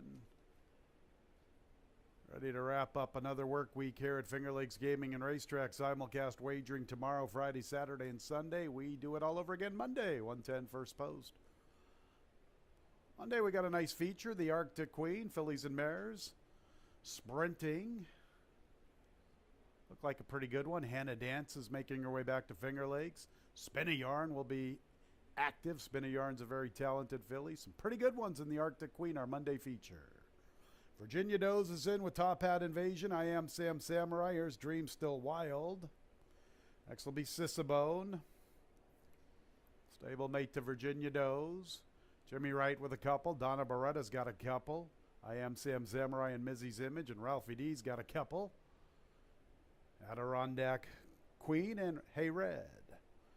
All right, Sissabone is in. Wish for Magic, the favorite. Here's Lovely Honor. Adirondack Queen, Missy's Image, and Hey Red still to load. Wish for Magic and I Am Sam Samurai are both 2-1. I Am Sam Samurai is the current favorite. There's Missy's Image. And Hey Red to the outside. 5.5 furlong sprint. Hey Red, the last one to load. 10 fillies and mares ready for the nightcap. And there they go. Adirondack Queen away in last. Top Hat Invasion is showing good speed with Virginia Doze. Dream Still Wild is there, and Wish for Magic makes 4 gunning. Farther out races Hey Red covering Missy's Image. Sissabone is 4th last, headed by Adirondack Queen, who has got all the way over into the 2 path. I Am Sam Samurai against the rail, and the gray Lovely Honor's the last of all, and Virginia Doze is the speed. But Top Hat Invasion is showing plenty of zip. Top Hat Invasion into the race on the turn back. That bodes well for her midway through the turn. 3 lengths to Wish for Magic inside of Dream Still Wild. Missy's Image is in the 2 path covering Adirondack Queen. They're 6 lengths from the front. They're going to Lovely Honor, Sissabone, I Am Sam Samurai, and Hey Red. And Virginia Doze is running a good one. Jimmy Wright's always tough off the layoff, and Virginia Doze has tried to discourage Top Hat Invasion. Wish for Magic's trying to close in the center of the racetrack. Then we'll go to Missy's Image, but it's Virginia Doze who has the lead past the 16th. Virginia Doze, Emmanuel Di Diego with a riding double. Wish for Magic is up for second. Top Hat Invasion third. And 4th place goes to Missy's Image.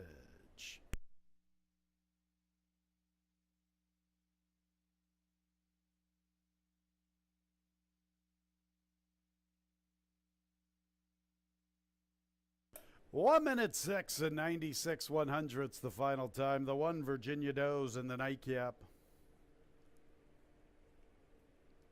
Jimmy Wright always good with layoff runners. Virginia Doze had been away since the middle of July. She came back running. Top Hat Invasion coming out of the route race, really into the race early. Thought she would have a little more in that stretch run. She's in a photo for Wish for Magic. It looks like she got up for second, but we'll let the photos determine that one. The photo determined that one by the judges. The final running time, 1 minute 6 and 96 100ths. No doubt about the winner in the nightcap, Virginia Doze.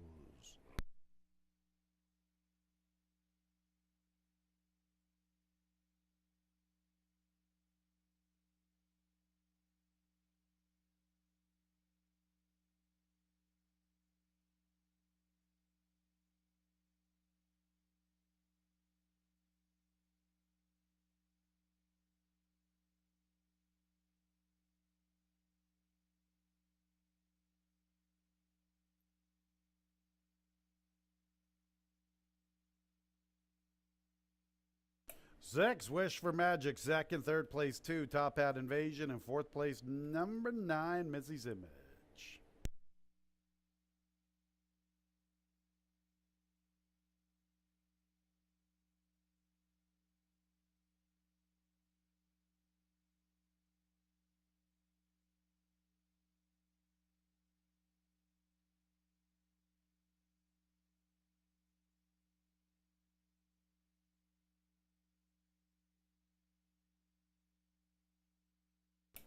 There's Virginia Doze. She She was away for about 10 weeks, had her running shoes on. 3-year-old Chestnut Filly by Trinity Berg out of the Damn Evil Empress, owned by John Hayek. Winning trainer is Jimmy Wright. Emmanuel Di Diego, the barber with the riding double. New York bred by Mr. and Mrs. Grant Whitmer.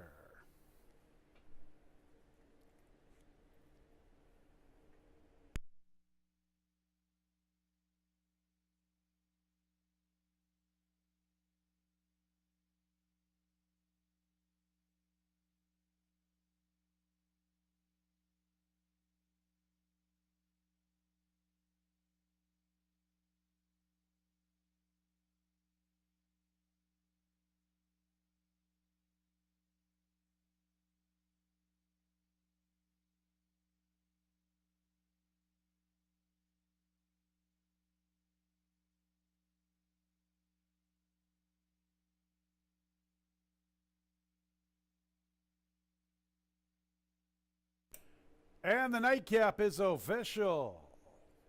1629, 1629 in the nightcap.